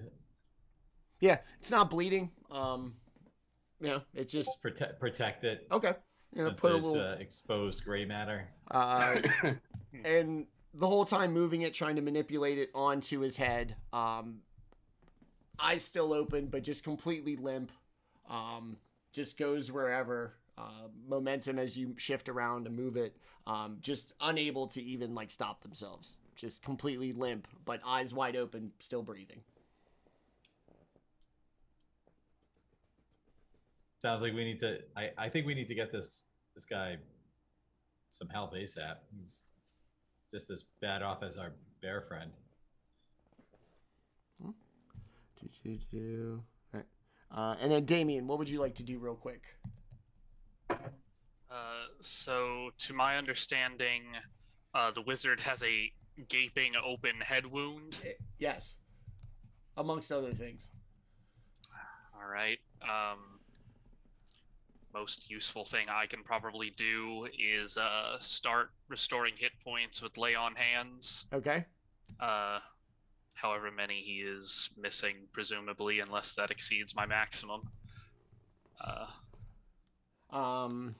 Is your maximum 38? No, that's not even close. Okay. So I will confer unto him 38 hit points. Okay. As you do, the radiant light of your paladin nature kind of moves through him. You can watch the head wound close up, even the hair grows back perfectly seamless. And even after a couple of seconds, things that you can't see restored and healed. The condition remains the same. Limp, eyes open, breathing, just unaware of anything.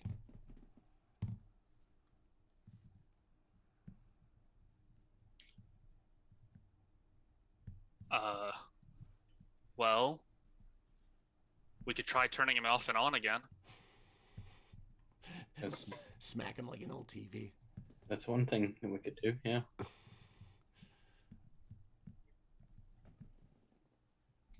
I can... Does our new wizard friend have anything on him? Just his backpack and his person. Does he have any scrolls or anything else that might be useful in his backpack? Are you going to open the backpack? Anyone see an issue with this? I don't. Yeah, I'm going to start shuffling through the backpack. Okay. It explodes! Give me an intelligence saving throw, please. God damn it. You're close enough to... Yeah, +5. 24. Okay. Well, that's the good news.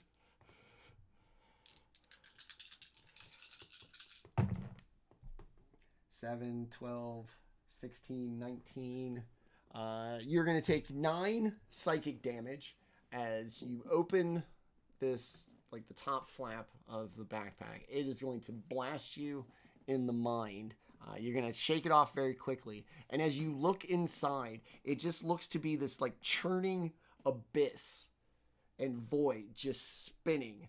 You can't see the contents of it, just this kind of magical vortex right at the top. I'm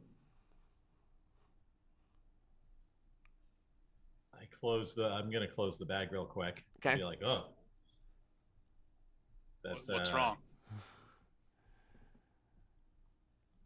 I don't know, something. I don't know what I just saw, and honestly, it upset me. Somehow I'm psychically disturbed by it. I don't know how else to explain it. But I could not find any scrolls, it would appear. Yeah. What did you find? Swirling black abyss. Well, that's not what we were looking for.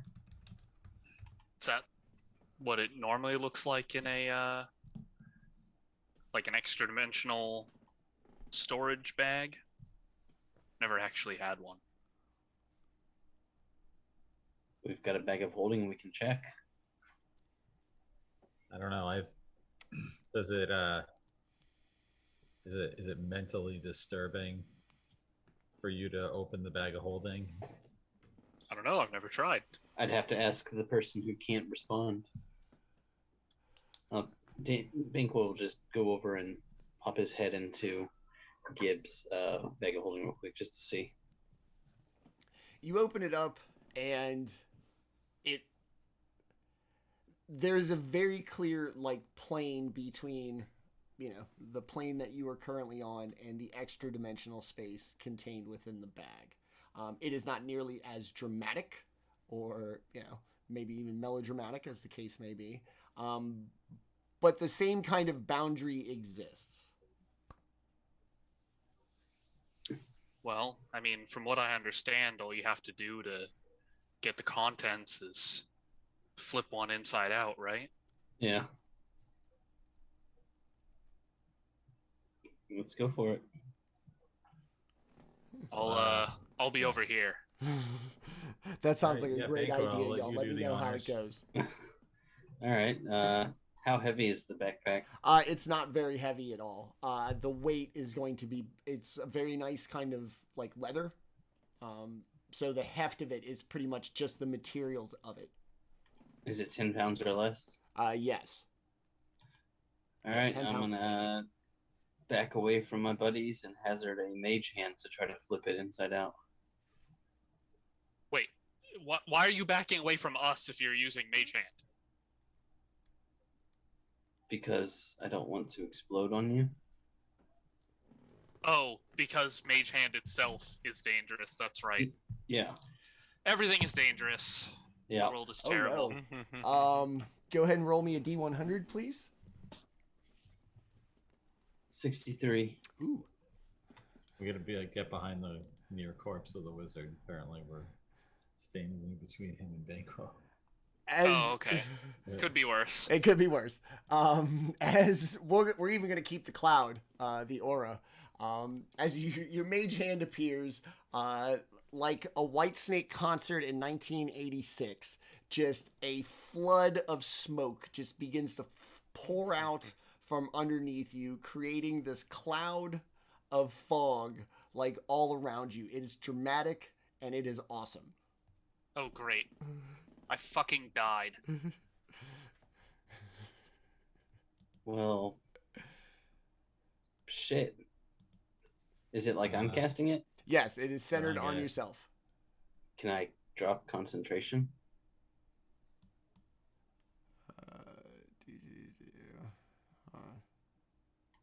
Yeah. It is a concentration spell. Yeah. Okay. So yeah, if you cast it, so I suppose you could, yeah.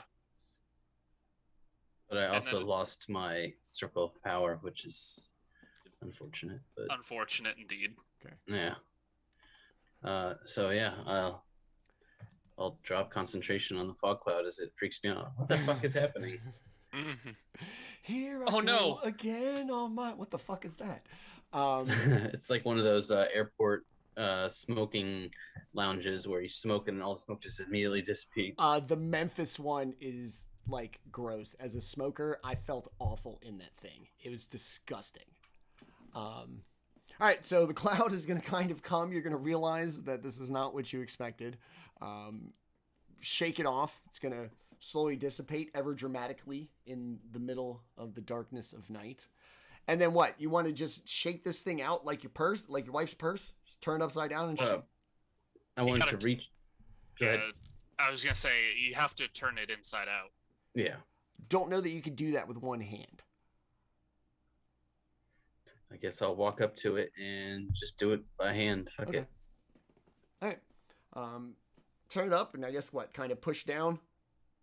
Yeah. And all of these trinkets are going to kind of fall out. Some of them look like junk, like they're just kind of odds and ends. Maybe something that had been broken. And of course, several scrolls are going to fall out, as well as another one in the unique black vellum. 4 of them total are going to spill out. 4 total scrolls? Yes. 3, on regular kind of parchment, whatever, like most of the collection. And then 1 on the very nice black vellum, like the one you got from the 2 guys in the in like the little outpost. All right. I guess I'll kind of wave everybody over. Like, all right, I'm done casting spells for now.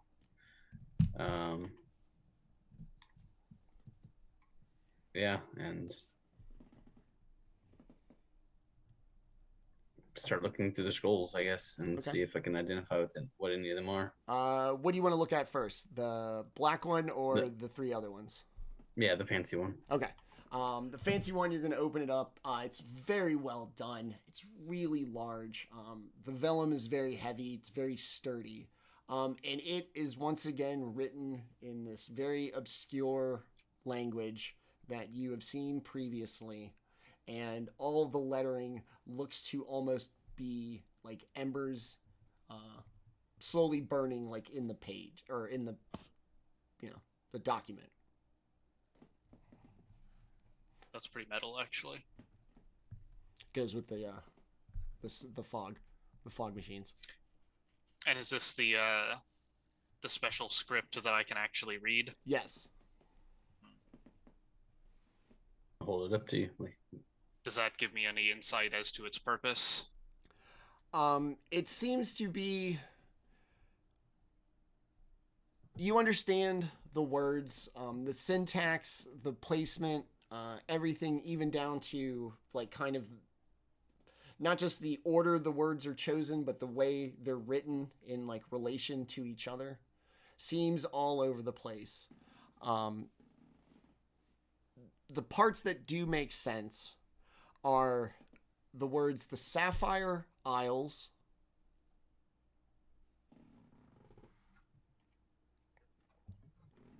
and here, I'll put it in chat.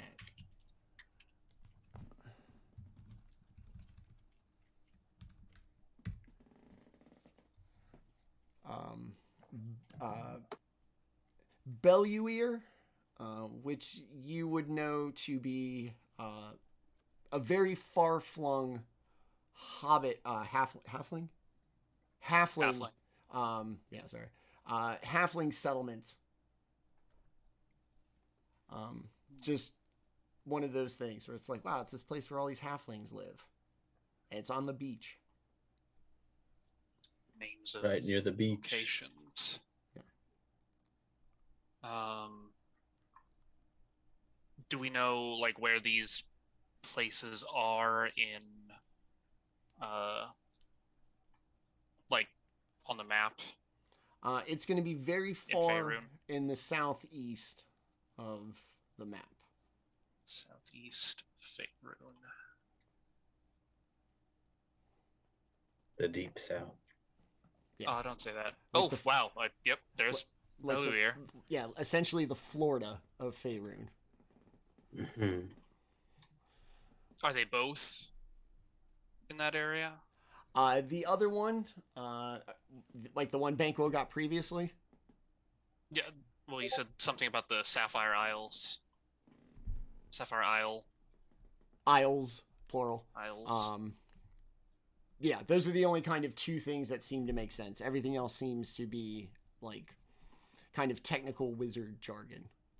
Oh yeah, but what I was saying is, are the Sapphire Isles also in the same area of the map? Yes. Okay, because I don't see them on my map. But if they're in the same general vicinity, then that's good enough. Oh, how convenient. So that's all that we got from the scroll was Sapphire Isles, Belluir. Like the one before it, lays it out and you show it to him. Well, he can read the words. The layout and formatting of it reminds you of a teleportation like scroll. Okay. After reading those particular locations, he's going to give Banquo a significant glance. Is it? It is. Oh. Okay.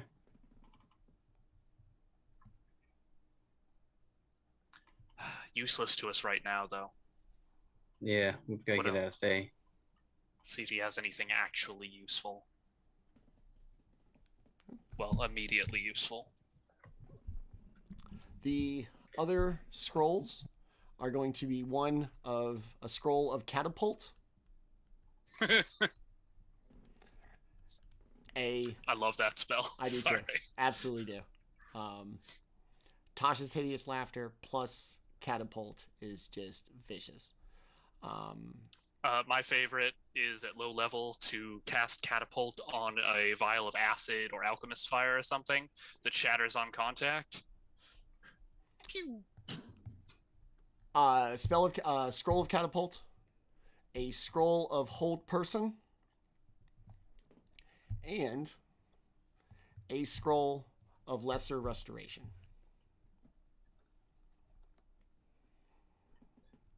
All right. Well,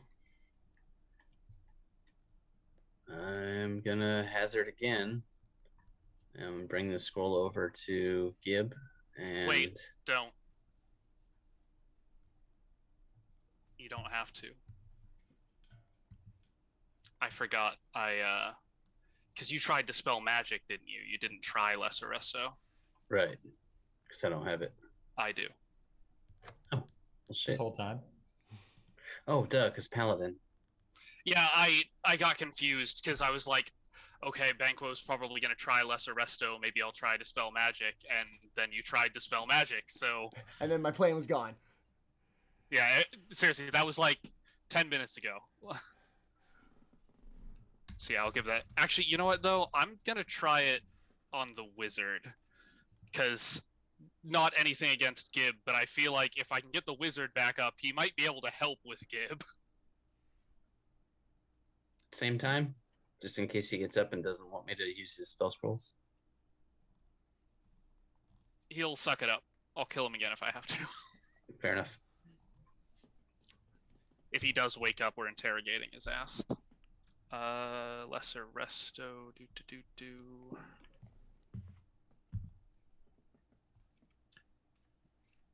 What spell level is that? 2.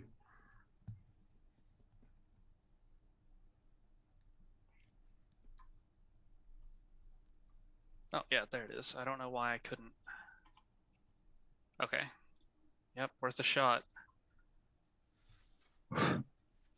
Use one of my short rest slots. How we looking, Manny? All right, so you're gonna cast it from your natural magical abilities on the wizard first, yes? Yeah. Okay. Let's get you the old wild magic table. Go ahead and roll me a D100, please. Should have a decent chance of success. I fixed his brain. Mm-hmm. Oh no. Oh no. Wait. Oh no. Oh no. This could be terrible. It's really high. It's a 98. Oh. This could be atrocious. I was like, no, man, I got some ethereal like synthwave. It'll be perfect. Think Stranger Things, creepy Stranger Things theme. I just inherently assumed that rolling really high was going to be dangerous, you know? No, actually, 99 and 100, you get all your sorcery points back. So this one's really all over the place. So, oh yeah, for all us sorcerers in the group. You're gonna get your spell slots back. So hope for that. You cast your spell. This kind of vacant stare is gonna, kind of snap back to reality. Everybody else standing around is going to suddenly hear like a creepy thematic melody in the middle of the night, in the middle of this nation full of wizards, that is going to either add ambiance and immersion or is just going to be wildly inappropriate and terrifying. I will let you roleplay accordingly. And it's just going to kind of snap. Oh, thank you. You found the scroll. Oh, geez. Wow.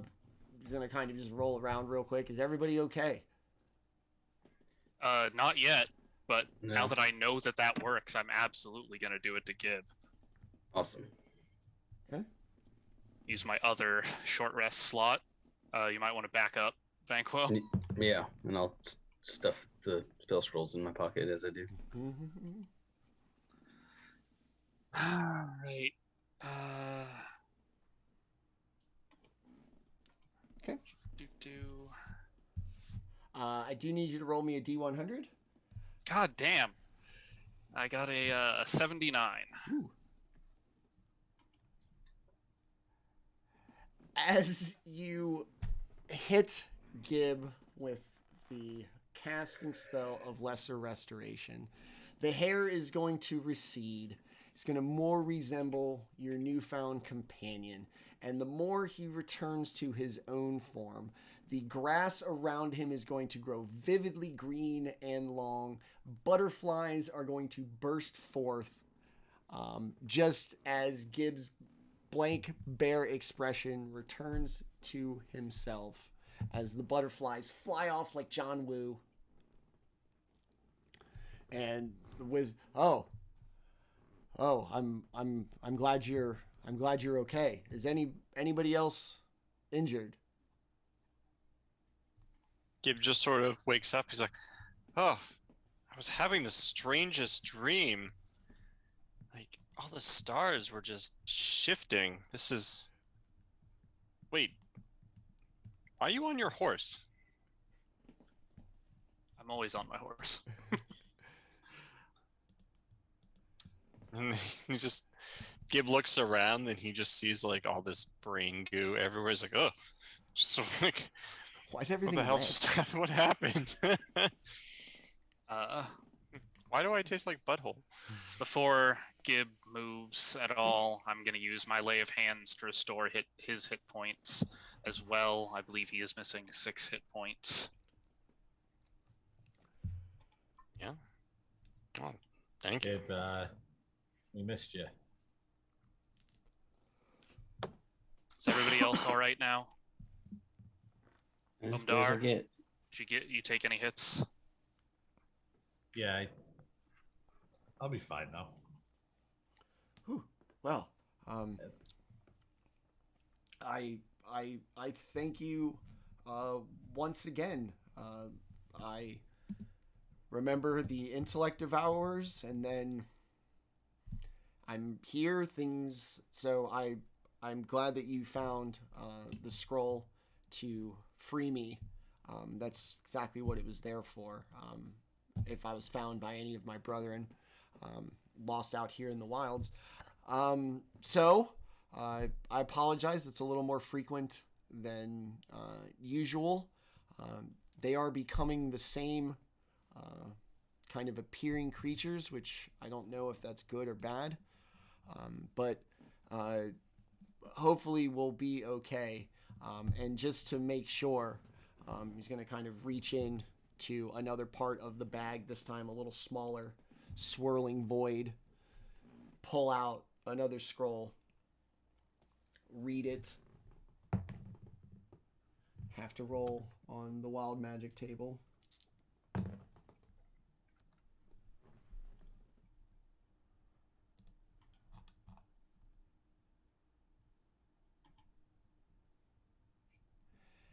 And as the wild magic hits, you can tell it hits, not to any discernible effect. His casting of the spell that triggered it his hands seem to move faster, his speaking seems to increase. And all around you is going to appear this magnificently appointed mansion. Well, this should keep us safe for the night, lest we lose our wits again. Once again, I thank you for saving me. I cannot thank you enough. And if we run into any of my brethren, hopefully they can express their gratitude in a way better than I can. But I'm exhausted. Today has been an absolute nightmare. I'm going to go retire for a full night of sleep undisturbed. I would recommend you all do the same. I agree, but also don't tuck yourself in just yet because we got to talk. Oh, of course. It's the least I could do for you repeatedly saving my life. What can I answer for you? Those things were zeroing in on you pretty specifically. Who the hell is Illithrex? It is a name I have come across in nonsensical texts that, while I do not know from where, instantly struck a chord in my head. And it was at that time that I decided to move away from the habit of scroll collecting and move into something a little more creative.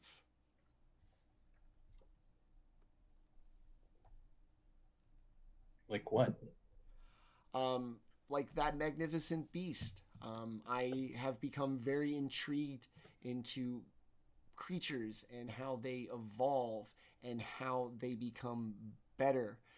Things at the top of the food chain. How do they get there? What is it like as they rise?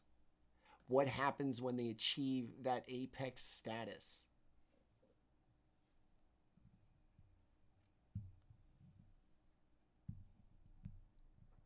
Kind of look. The hell is apex? It means the top of something. My divine friend. You are forgiven. Gibbs a little fuzzy, you know. You have had quite the day. Your status was quite interesting when I woke from my stupor. As we speak of combining creatures such as your magnificent steed that I rode on earlier, you too are a combination of two things that I can see a great evolutionary advantage to.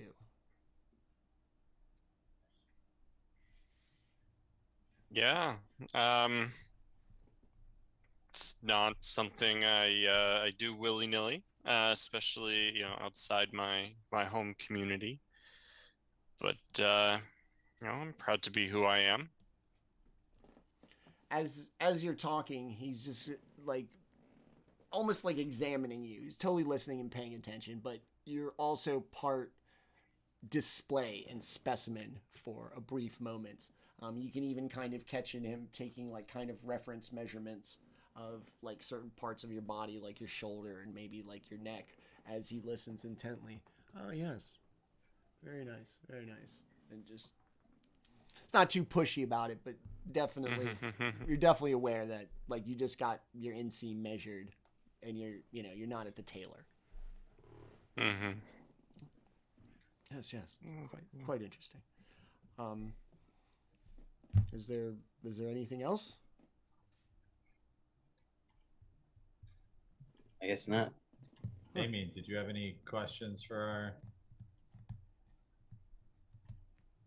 our friend here, or not yet?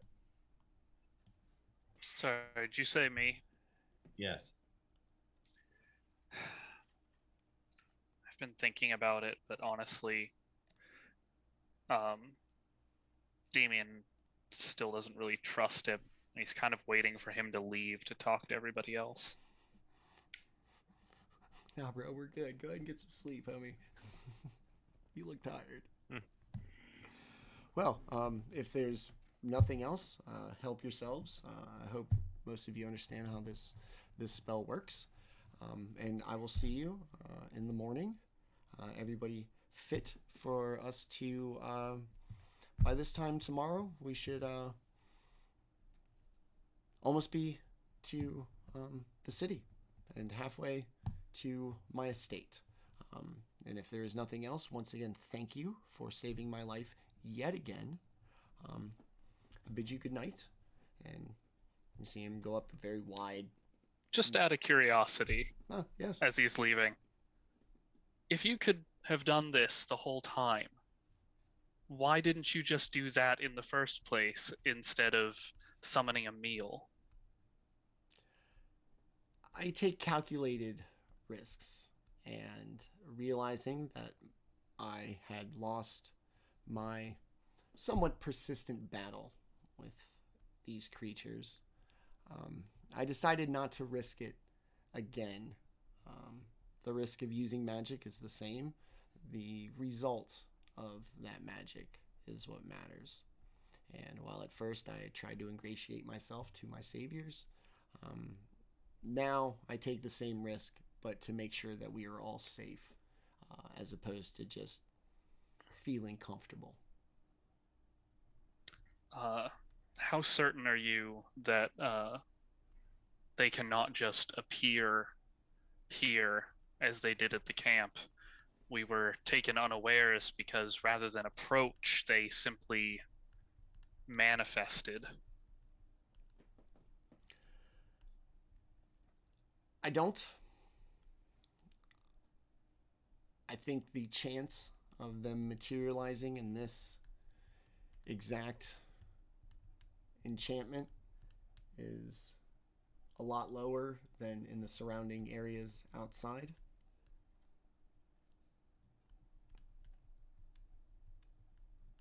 Suppose there aren't really any guarantees then. None that I'm aware of. I fell asleep confidently before and was wrong. I aim to fall asleep confidently again, and this time be right. I don't think that I should ask you or require you to save me a third time. Here's hoping. Very well. Once again, I bid you all good night, and I shall see you in the morning for our continued adventures. He's going to turn and very dramatically and wizardly kind of make his way up this very wide stairwell off into the kind of poorly lit second floor of this magnificent space. Leaving you just in the foyer. You can hear a door close upstairs. What would you all like to do? Step away and see what Daemion has to say. Yeah, this is a proper mansion, so probably just motion to everybody, into whatever room I can find with a door I can close. The door immediately off the foyer is going to be half library, half taxidermy museum of some of creatures that you're familiar with, just exceptionally large versions of them, like prime trophy material of the size of these creatures. The biggest owlbear, accounting for taste. The biggest owlbear you've ever seen.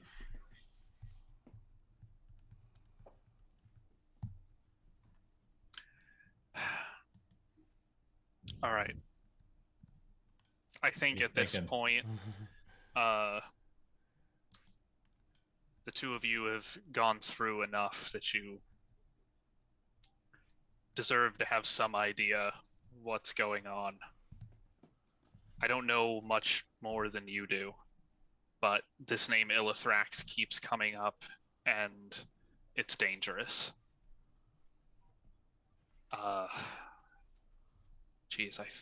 It's been a while since we first heard that name, but every sign that we found has pointed to the same thing. If Illithrax makes it to Faerun, everything will be destroyed.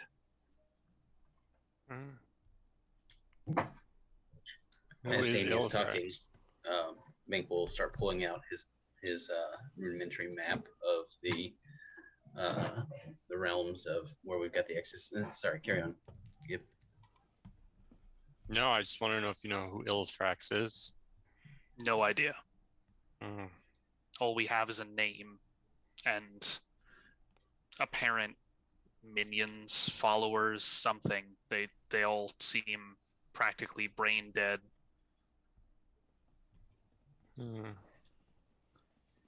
And so we don't know where Illithrax is now or where he would be coming from. I believe it to be a different plane entirely, but that's just speculation. We're not talking about, a physical location necessarily. We can't just sail over to Cormyr and find him there. That's not really the type of enemy we're facing. But these artifacts that we are searching for, that originally we were sent by Gwendolyn to find, from what we understand, if someone were to activate all of them, Illithrax would follow. We've been trying to collect as many of them as we can, get to them before anyone else can, and prevent their activation. The first one we found, we activated quite on accident. Since then, we've learned to be much more cautious. When we met, we had just acquired another at great expense. And that is what I hid in that steel box.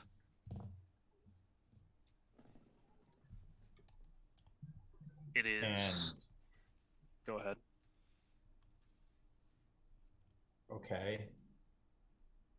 So what? You think there's another one of these objects here? Very close, yes. Yeah. Well, so at this point, I'll turn the map towards Gibbon and Umdar and point to the X that represents basically the direction that we're headed. Yeah. And I'll say this is not to scale, and the X's only represents a broad region, but these are the supposed locations of what we're looking for. And then I'll pull out the newest Ember Burning Letter scroll, and I'll point to Belier on it, and I should say this was on the scroll in the Theandrin's bag, and then I'll pull out the other map. Can't be a coincidence. A teleportation scroll to a location immediately adjacent to one of these marks. And these very unusual scrolls, like none we've seen before, it is too much to be a coincidence. At this point, now we suspect there's one very close by, and there's also a second one close to the end point of that teleportation scroll. That's the assumption. There are 6 in total, and as far as we know. And what does the Lady Gwendolyn want with? I don't know. And that's why I don't trust her anymore. So are you still reporting your findings to her? No. The last time we returned to her with one of these, at the very first opportunity she had, she spirited it away from us. She explained nothing about what it was, what it could do. Everything that we have learned on our own. She tells us nothing but where to go. Yeah, And that's why we've gone off grid. So there's 2 possibilities with the Lady Gwendolyn. She either wants to protect these objects to prevent Illithrax from coming, or she wants to activate them and destroy all of Faerun. And I am not willing to bet the fate of Faerun on the chance that that bitch might be trying to save it. Yeah, there's just too much that doesn't add up. Paired with the fact that there's more about her than meets the eye. Things that she also isn't apt to share. Well, she hasn't paid me yet. So I guess I still have time to decide whether or not I actually want to complete this job. You can leave at any point. You've been welcoming enough and given me reason to trust you more than I've ever had to trust the Lady Gwendolyn. So you have my my left and my right fist and foot going forward. You should know at this point that my priorities are exclusively protecting the people of Faerun. This is more than I ever saw myself dealing with. It's an unfair task to ask of any group of adventurers, but someone's got to do it. And at this point, I'm telling you to this because if you were out to get us, I like to think you probably would have tried by now. And after the significant risks that we took tonight, if something were to happen to Banquo and myself, to have all of this knowledge die with us and with no one standing to stop anything like this from happening would be dire. So I tell you this with the hopes that if we were to fall, there would be someone remaining to take up the task.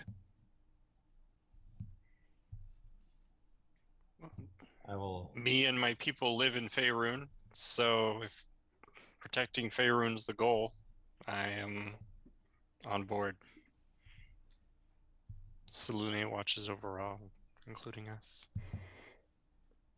I've traveled far and wide across Faerun and met many of its people. Surely a small fraction, but my experience has been that they are good and that they are worth protecting. So if it comes that you are no longer able to carry this burden, I will pick it up where you left off. Now, the reason we sealed the artifact in that box as we did is because, as I mentioned, the first one of these that we found, we activated merely by touching it. And the moment we came into contact with it, it dealt significant damage to our minds. To a lesser person, it could have been lethal for all I know.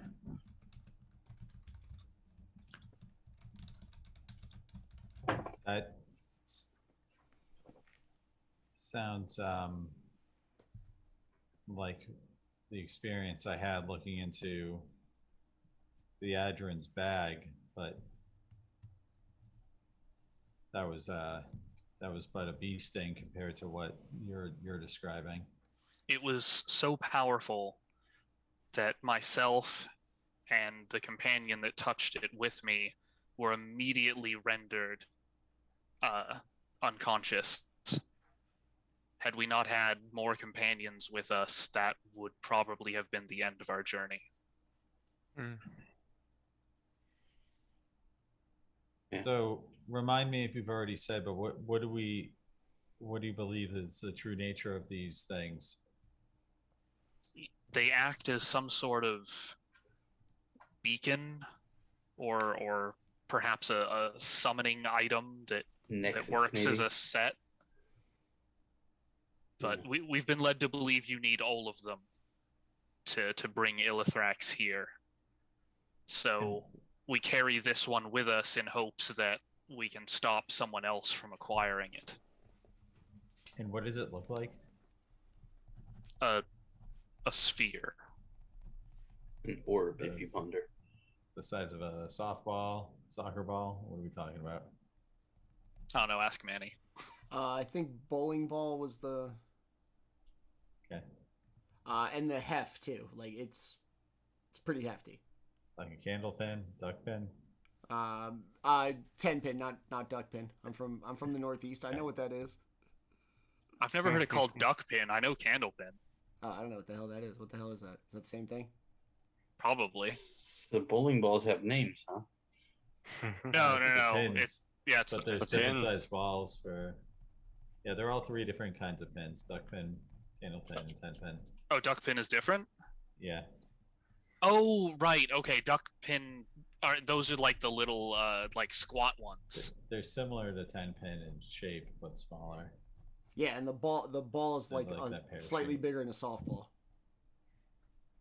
Yeah, see, candle pin balls are that same size, but the pins are tall and narrow. More space between them, but easier to knock over. All right.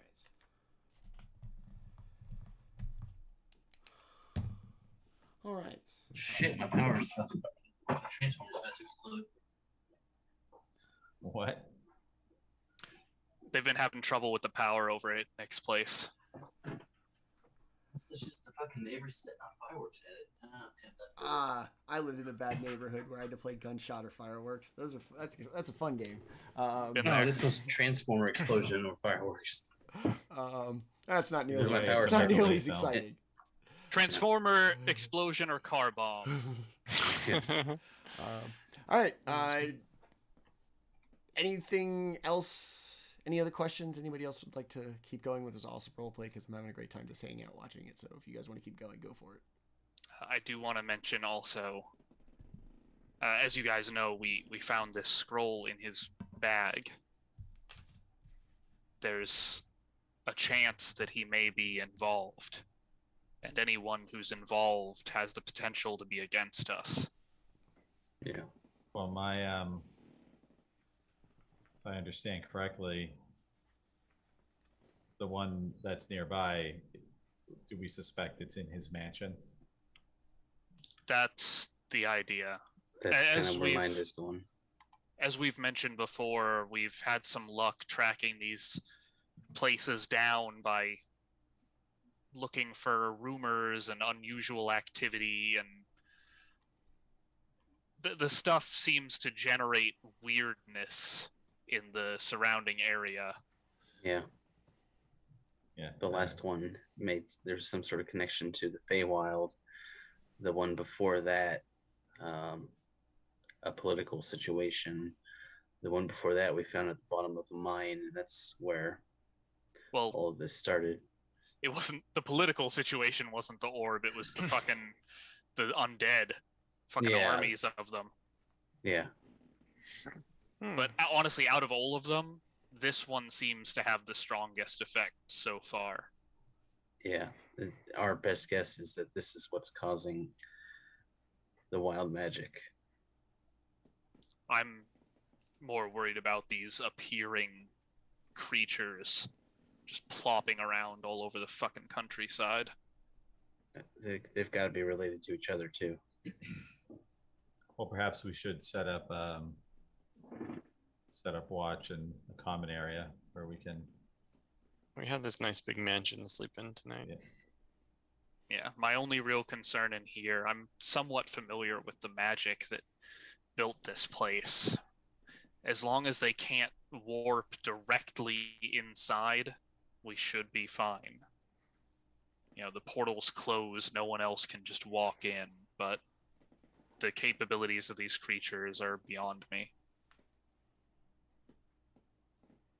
I was conscious, you know, when we were attacked. They didn't sneak up on us in the night, you know, my companions or I would have seen. They just materialized.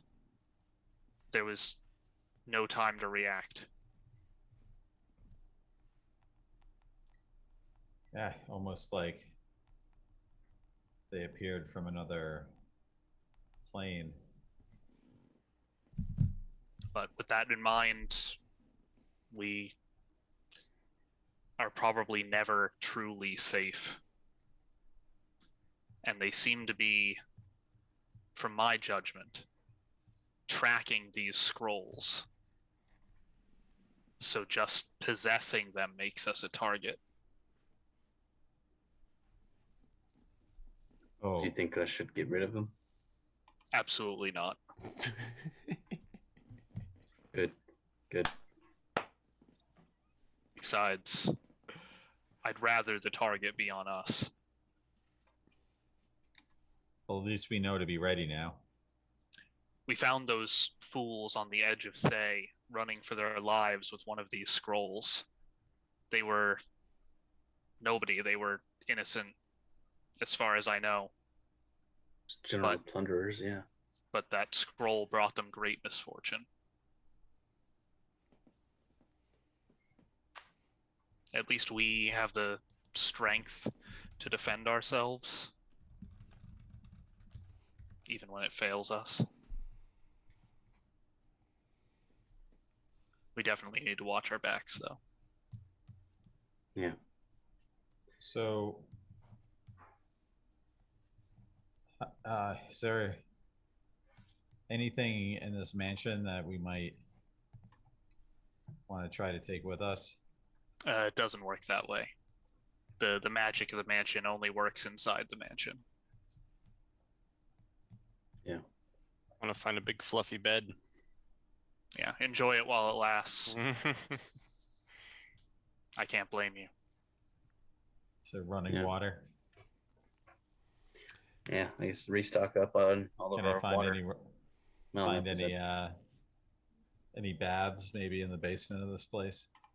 Why would you want to bathe in the basement? It's normally where you would keep the bath. I just imagine if it's like that's where it was in the monastery. I don't know what to tell you. Japanese bathhouse in the basement. Yeah. Well, there are actually a number of servants wandering about. If you need food or anything, really, you can just call out. Umdar wanders down the hall and finds a plaque that says Korean spa this way. Hot stone massages. Like, fuck yeah, this is awesome. Find a bell on an end table and I bring it. You get a servant to. For anybody found a bell end. For anybody who has been into like an estate mansion, a very well appointed place owned by somebody important, the staff are both seen and unseen at the same time. They're present, you can tell, but they are very inconspicuous. And the ones you do see, you all recognize as looking like the wizard. It is he, actual, and then all of they're a little more spectral, kind of force ghost-y appearing. But the facial features, the height, the build, everything else looks exactly like Tavern. Just making their way about his little egocentric mansion.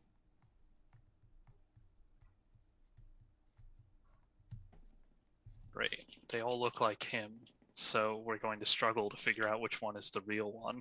Like I said, these look very spectral compared to tangible, like the wizard.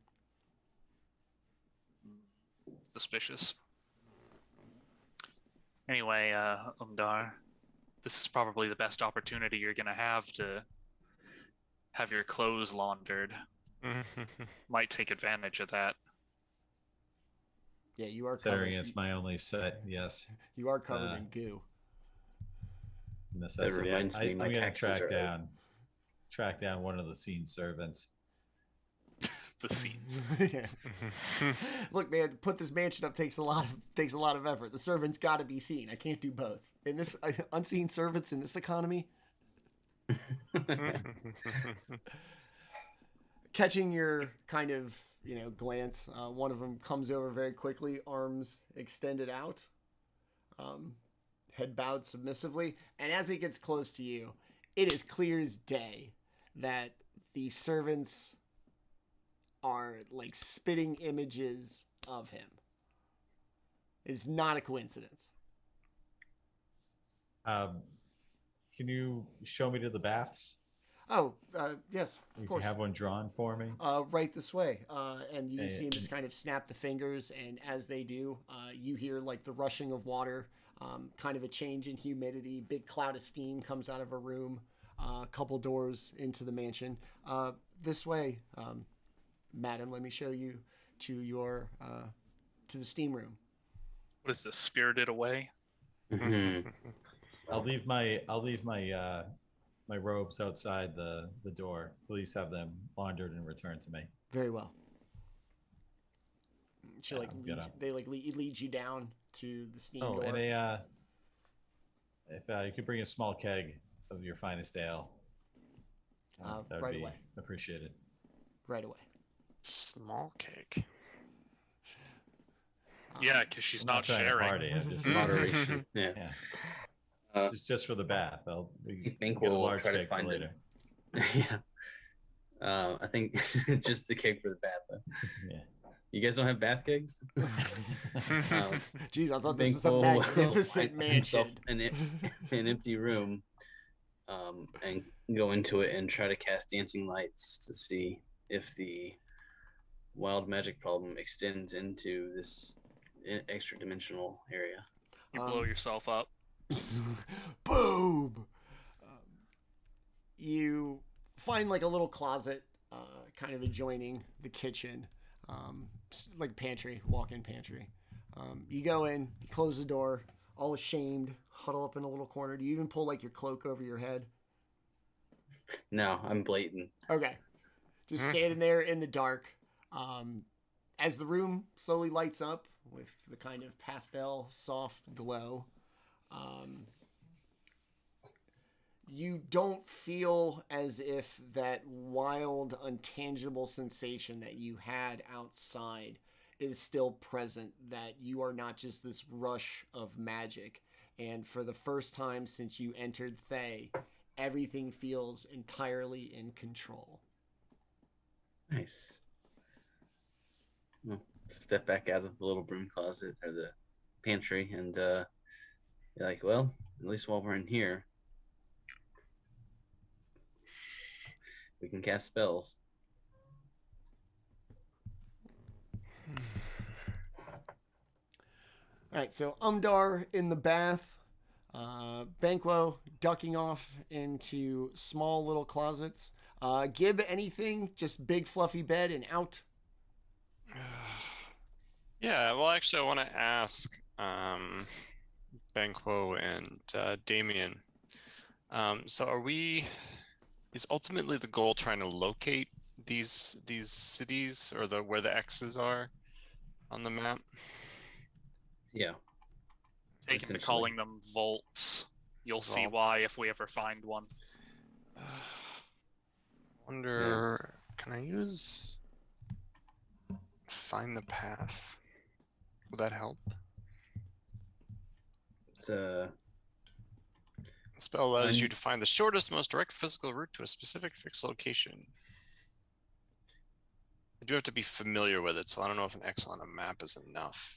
And it's also weird because, well, actually, Not if you use the same definition of familiar as is used in teleportation spells. yeah, That's the place where it actually spells it out. It gives you like clear criteria. Been there often or recently, I think is what qualifies as like familiar. yeah. Okay. And then each one of them and like I said, they grade it down, and each one of them gets a slightly more bit of unpredictable with how close the teleportation spell gets you. Okay. So probably better for places that we've already been. Yeah, that's been our experience too. Yeah. Okay. Cool. It's never easy getting anywhere. It's easy getting back. Of course. Such is life. Yeah. Cool. And then big fluffy bed. Big fluffy bed. All right. Banquo's ducking off into silent rooms. Umdar seems to be in a very warm bath. Gib heads upstairs to a warm, fluffy bed. Yeah, there's going to be some prayer ritual before bed. He's got, he had this really weird dream where, like, he was standing and all the stars were just shifting really randomly. That was very unsettling. So he's going to pray to Selune for some guidance on that. Yeah, maybe Selune will be able to tell you more about these weird stars. Yeah. All right. And then Daemion, what are you going to do? I mean, technically, you've already gotten your 4 hours. I was going to ask about that.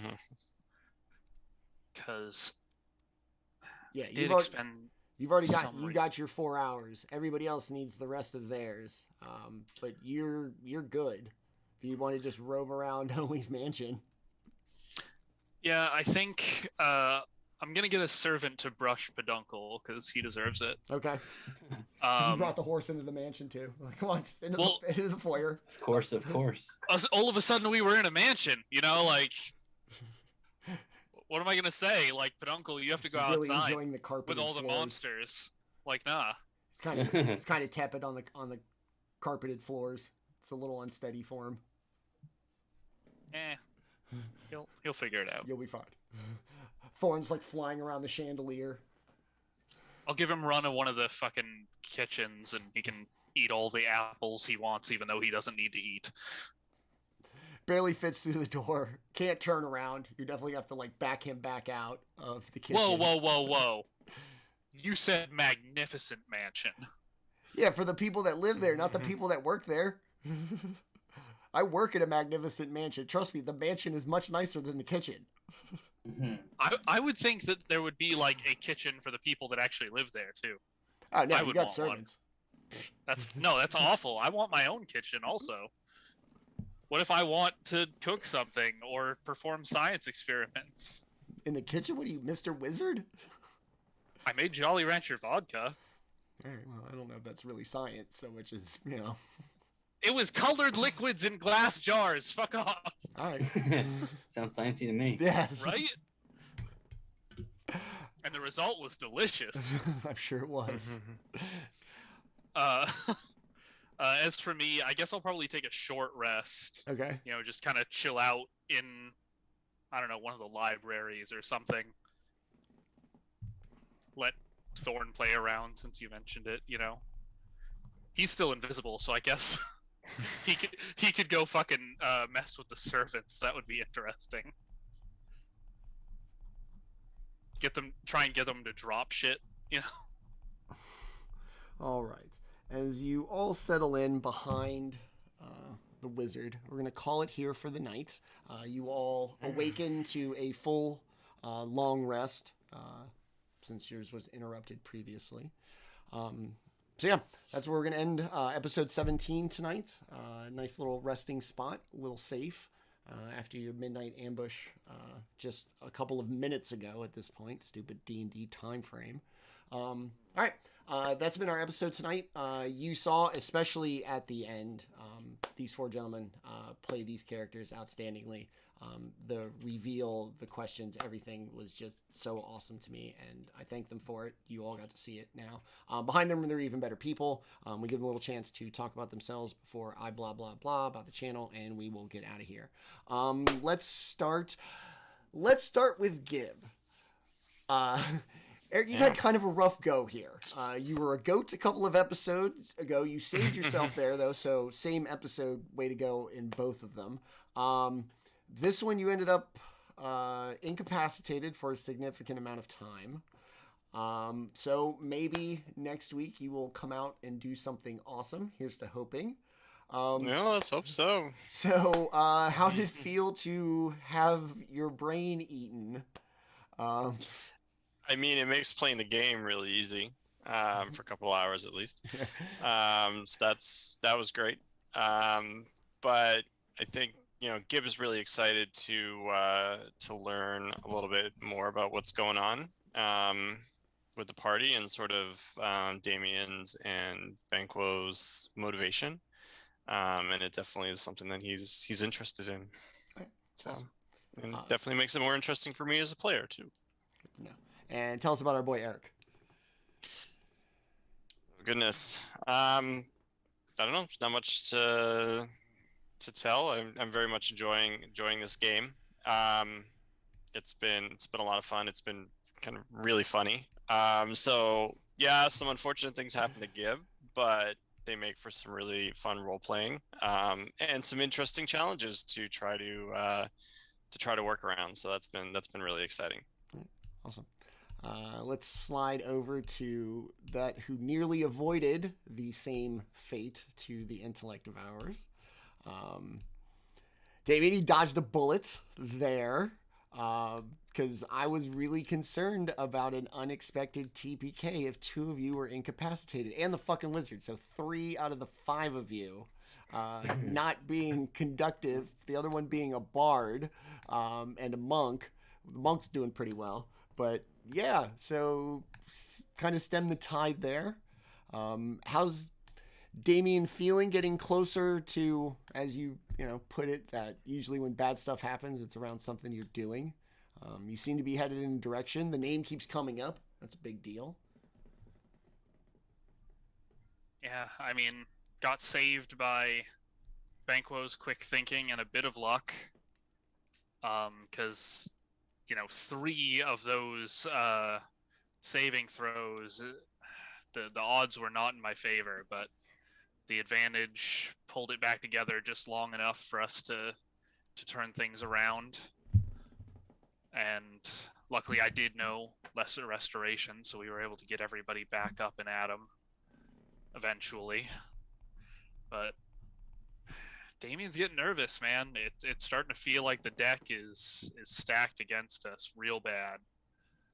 And if we don't find something to turn the tides back in our favor, by the time we get to the last location, we're probably going to be outmatched. It really seems like things are ramping up over time, and maybe we just can't hack it. But he's also the type that, as we've seen in the past, just cannot give up when he's committed to something. So guess he's coming to terms with his mortality once again. There'll probably be more opportunities for that. Yeah, awesome. Thinly veiled threat. All right. I mean, I prefer the word foreshadowing. Thinly veiled threat seems kind of menacing. Foreshadowing seems literary. Classy. All right. As always, buddy, it's great to have you. Let's slide over to our current scroll aficionado. Could, hypothetically, this wizard be sent to show you perhaps the problems with being a scroll hoarder? And if he was, would that be something Banquo would contemplate, or is his just raison d'etre about scrolls? Yeah, he's both for his personal interests and for we'll call them organizational interests, for better or worse, he is seeking scrolls, and if it turns out some of them are too dangerous to have around, that's one thing, but he's still going to be hoarding them. All right, fair enough. I mean, look, man, Bard gonna Bard, I guess. Yep. Lord Bard, right? Getting Bard out. Lord Bard? Yeah, Lord Bard. Okay, yeah, so yeah, you're not, yeah, you don't care. You're good.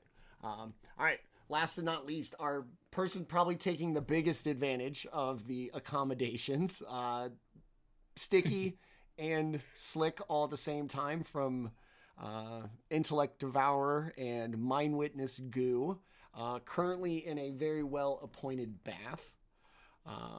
Umdar, overall pretty good day. Yeah, ended well at least. Yeah, I'd say so. Yeah, I got to punch a bunch of stuff. I think I got 3 kills at least, and a nice bath at the end of it. So not going to complain, and definitely Umdar appreciated the insight she gained from her companions about what exactly we're on about on this particular adventure. So some incentive to keep going beyond just the mission as it was laid out. Hearing their side of the story, particularly kind of some of the details about their interactions with Lady Gwendolyn. I know you're not too about it. It's a job. You're a professional. You'd like to see it to the end. Does any of this shake your confidence in like Lady Gwendolyn as however it stood prior to hearing Daemion's speech? Daemion's speech reminded Umdar of her first mission, which she took upon herself by defying the masters at her monastery. The results were that she saved the village at the foot of the mountain, but she herself was booted from the monastery and sent on a wayward path of self-discovery. Now this story seems to recall that sense of defiance, serving a greater good. And if that means betraying the Lady Gwendolyn, perhaps that's what needs to happen to make sure the people of Faerun are protected. That's unfortunate for her. All right, awesome. So that's been our amazing cast.